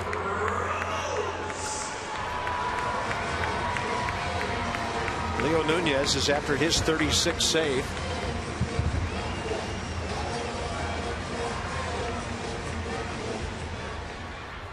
And the Marlins are 3 outs away from continuing their mastery over the Nats in this ballpark.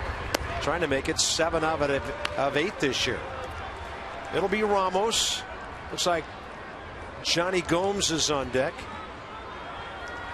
No, it's going to be Alex Cora, pardon me.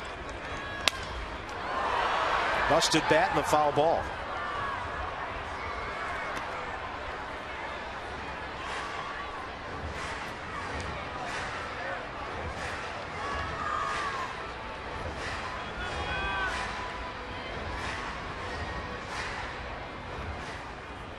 Ramos with a new stick. He's 1 for 3 with a homer tonight.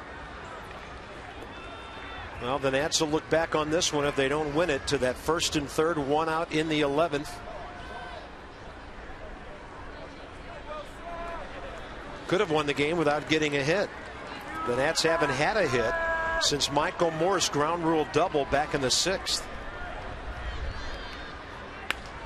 Ramos, right side, Infante.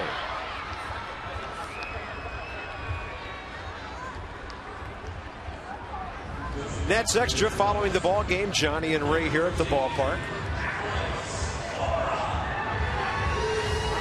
You know, it didn't happen tonight.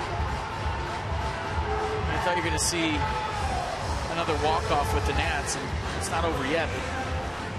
But you go back to the 11th inning, you get a leadoff double in essence with the error and Desmond getting to second base. In extra innings, you got to find a way to get that guy home. Yep.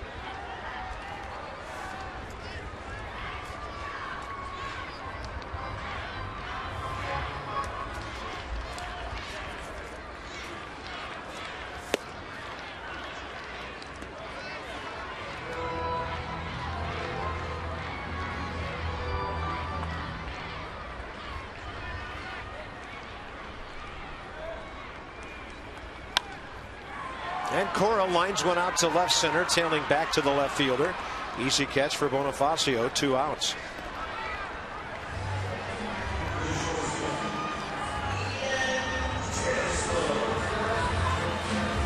So it looks like a salvage operation for Chin Ming Wong and the Nats tomorrow. 1:35 ball game. Nats extra, 1 o'clock tomorrow.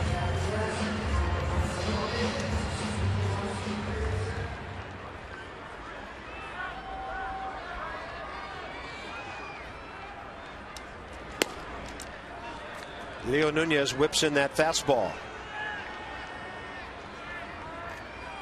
Marlins trying to win their 69th game of the year.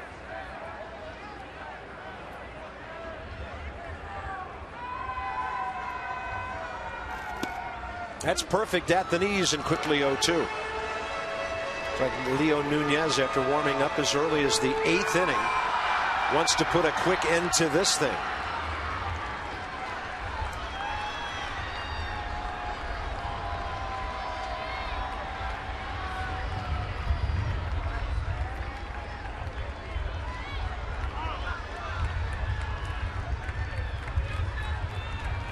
Looking back at tonight's game, at least Steven Strasburg went out there and was absolutely fantastic. What a night he had. You talk about a guy in his 3rd start back. He looked like he was in mid-season form. And the 0-2, close enough on which to be swinging.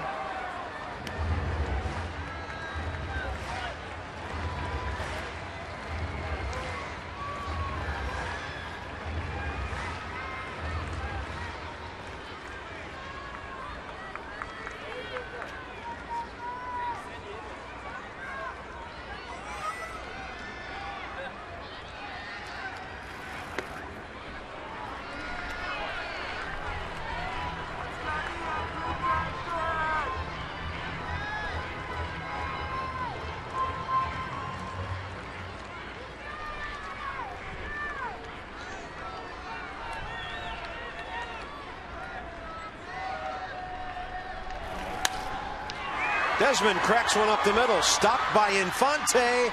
And on a good defensive play, the game is over. Omar Infante raging hard to his right to take a hit away from Ian Desmond. And the Marlins have now won 7 out of 8 in this ballpark this year. For FP Santangelo and Debbie Taylor, Bob Carpenter, the final. The Marlins win it in 13-4-1. Our next telecast Sunday afternoon, series finale. Chin-Ming Wong goes for the Nats. This has been a presentation of Masson. Nats Extra coming up next. And from the booth, so long for just a while.